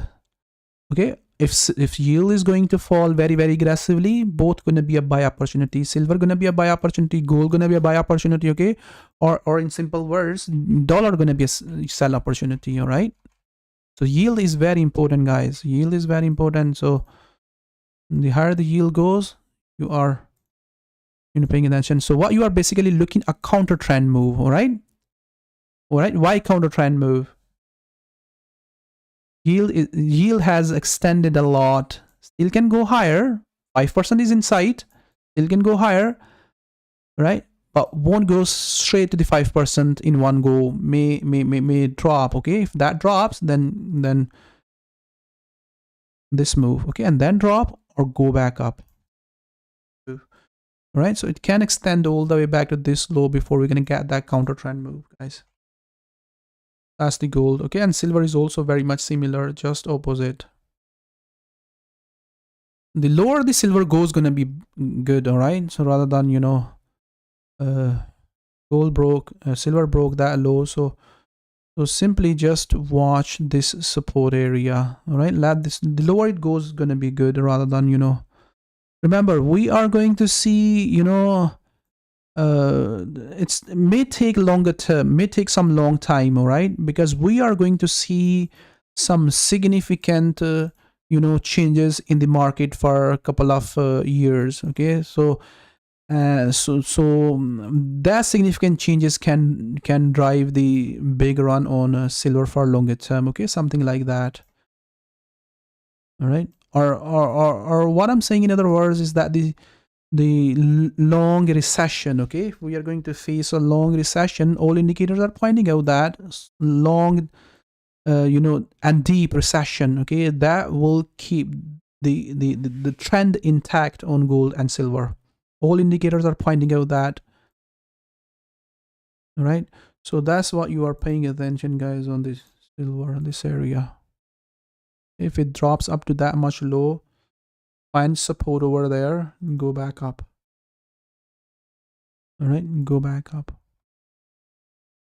like that. So we don't have a buy opportunity right now. In case if price bounce back really aggressively from current place, all right, then you can only expect it to go back up like this. Otherwise, test visit that low. So don't have a buy opportunity on the silver. Bitcoin bounced back. Okay, so bounce back, very much similar analysis. I don't think so I need to talk about that a lot. All right, in the previous weekly market outlook, we were expecting it to bounce back, just continue to keep pushing more higher all the way up to this previous top. All right, just continue and keep rising all the way back to that high. Correction may happen again, guys. It's a lot of mess is going on. Okay, correction may happen again, or it can continue to keep pushing higher. So if correction happens, then hold the trend, give the trend which is just simply appearing over there on moving averages, hold that trend. So continue to keep rising. Right, oil, Ethereum is also same. So oil gonna be important. Oil dropped. Okay, we were expecting oil to drop from that. Okay, we were expecting oil to drop. What happened? It broke out. A couple of attempts did not work over there on oil. All right, but we'll keep attempting that as long as oil, stay close to 100. It went higher and broke that top. Keep attempting that because there is a potential on oil. Oil can go all the way up to 60 or even below 60 for longer term. Okay, so yeah, so dropped from that top and still dropping from that top. Okay, still going down from that top. Keep attempting that on oil. Oil, the move which I'm expecting on oil is very much similar like the copper. shown that, made that analysis previously. Okay, every time when we see that the oil pushing higher, we'll keep attempting that.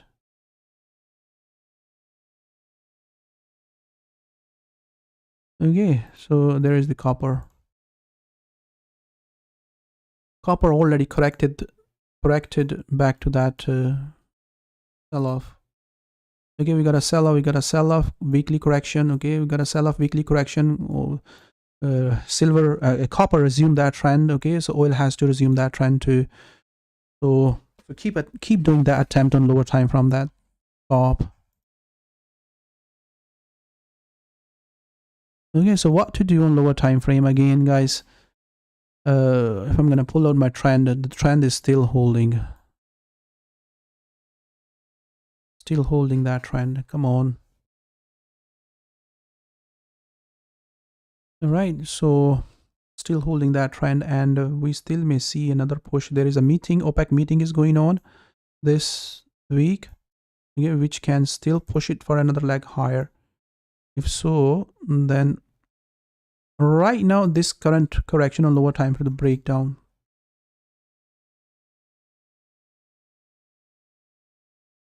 Breakdown, continue, push more higher.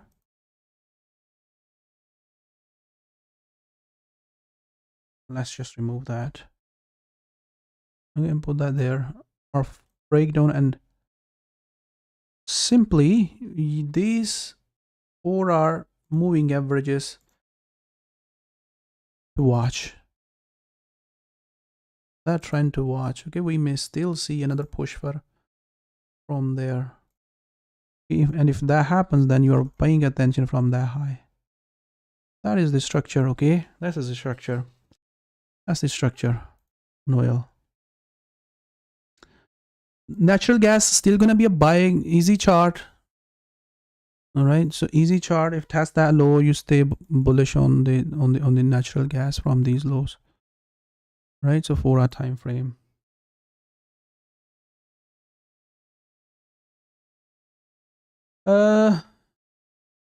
Yes, bullish, right? So you are simply bullish on Bitcoin for longer term. There is no reason staying bearish on the Bitcoin for longer term. Okay, if I miss these indices, guys, so very much similar like Nasdaq 100 index. Okay, you currently you holding that, looking this trend to hold. Okay, but again, do not forget that the analysis which I made on the Nasdaq 100 index and Dow, we still may see another leg lower. Okay, and this might be a start for this next leg lower. Okay, this triangle. All right, this is the formation. We still may see another leg lower.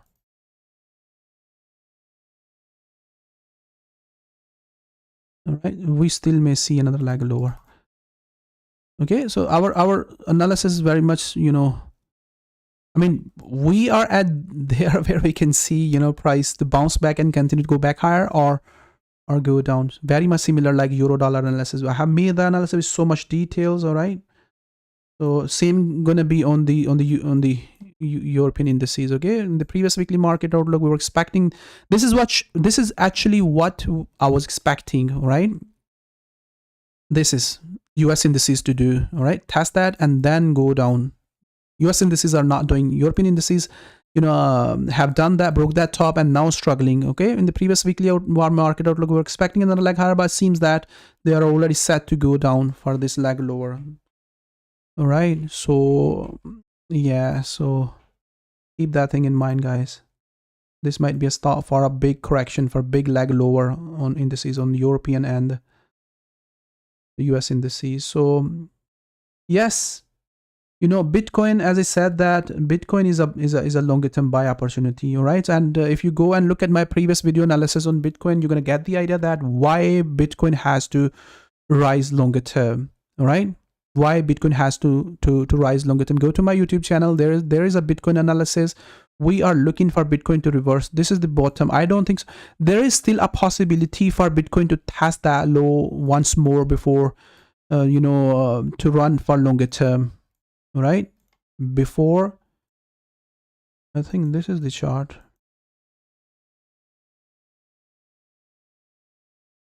All right, yes, that's the picture for longer term.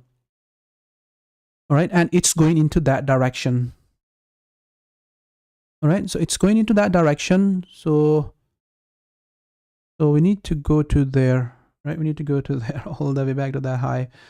So in terms of price, it's a big move. All right, in terms of price, a big move. So you know, if you go and look at my YouTube channel, there's going to be a reason. Explain that why you're expecting, you know,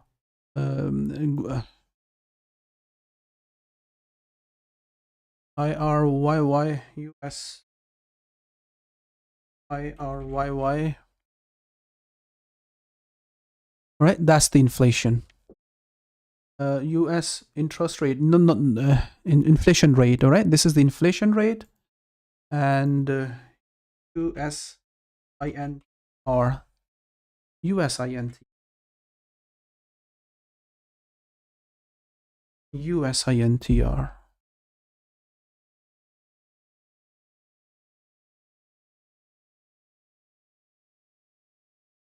Okay, so this is the main reason why Bitcoin has to go higher. All right, so if you look at this move, Bitcoin went higher. We got a strong inflationary move over there. All right, we got a central banks, they created a lot of money, which caused the crypto to create a bubble or go higher aggressively. Then what happened? Central banks, they raised interest rate. Okay, Bitcoin started to deflate, started to fall. Rates went higher, inflation came down, Bitcoin bubble, you can say, that popped up. What's happening right now? All right, so inflation coming down to 2% target, rates will come down, interest rate will come down. Okay, when interest rates will come down longer term, you're going to see that the Bitcoin will keep climbing higher for longer term, even going to break that previous high. That's our longer term picture. All right, that's going to happen. All right, so dollar yen going to go higher and other yen pair is going to go down because the dollar is gaining against the other currencies like euro, like pound, like kiwi, CAD. Dollar gaining against them. That's why other yen pairs falling. All right, that's why they are falling. So understand that sequence of the market. So it's going to be easy for you to understand where the market is going to move for the next wave. Okay, that's why we were bullish on the Bitcoin. Okay, at every time, and it's coming down at this area. We're expecting it to. So you're gonna go there. If you're gonna go there on this chart, all right. So this chart, you're gonna see I have updated that chart many times.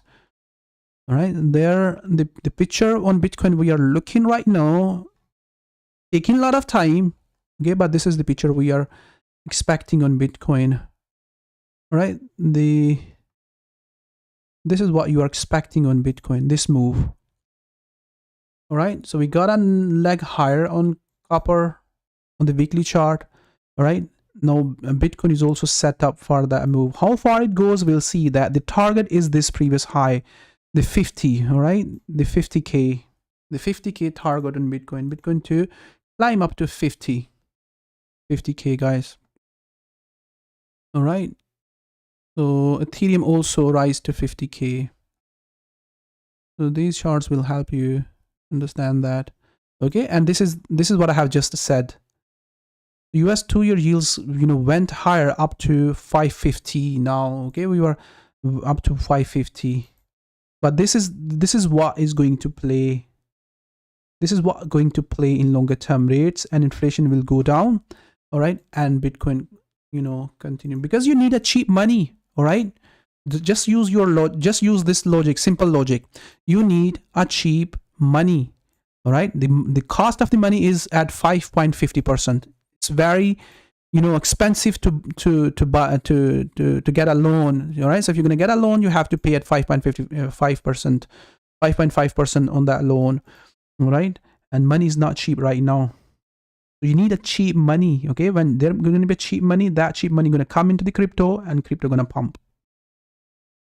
Okay, that's why longer term picture is bullish, and for short to medium term, it can stay sideways the way it is doing right now. All right, and you can trade on that. Okay, so thank you very much, guys. Hopefully you have learned a lot, got the idea what to do, what are the setups, and if I'll see opportunities are forming over there, we'll try my best to update you during the week. So have a nice and profitable week. We'll see you again in another weekly market outlook, or maybe, video setups during the week. Until then, bye. Thank you for coming, guys. Thank you coming for everyone.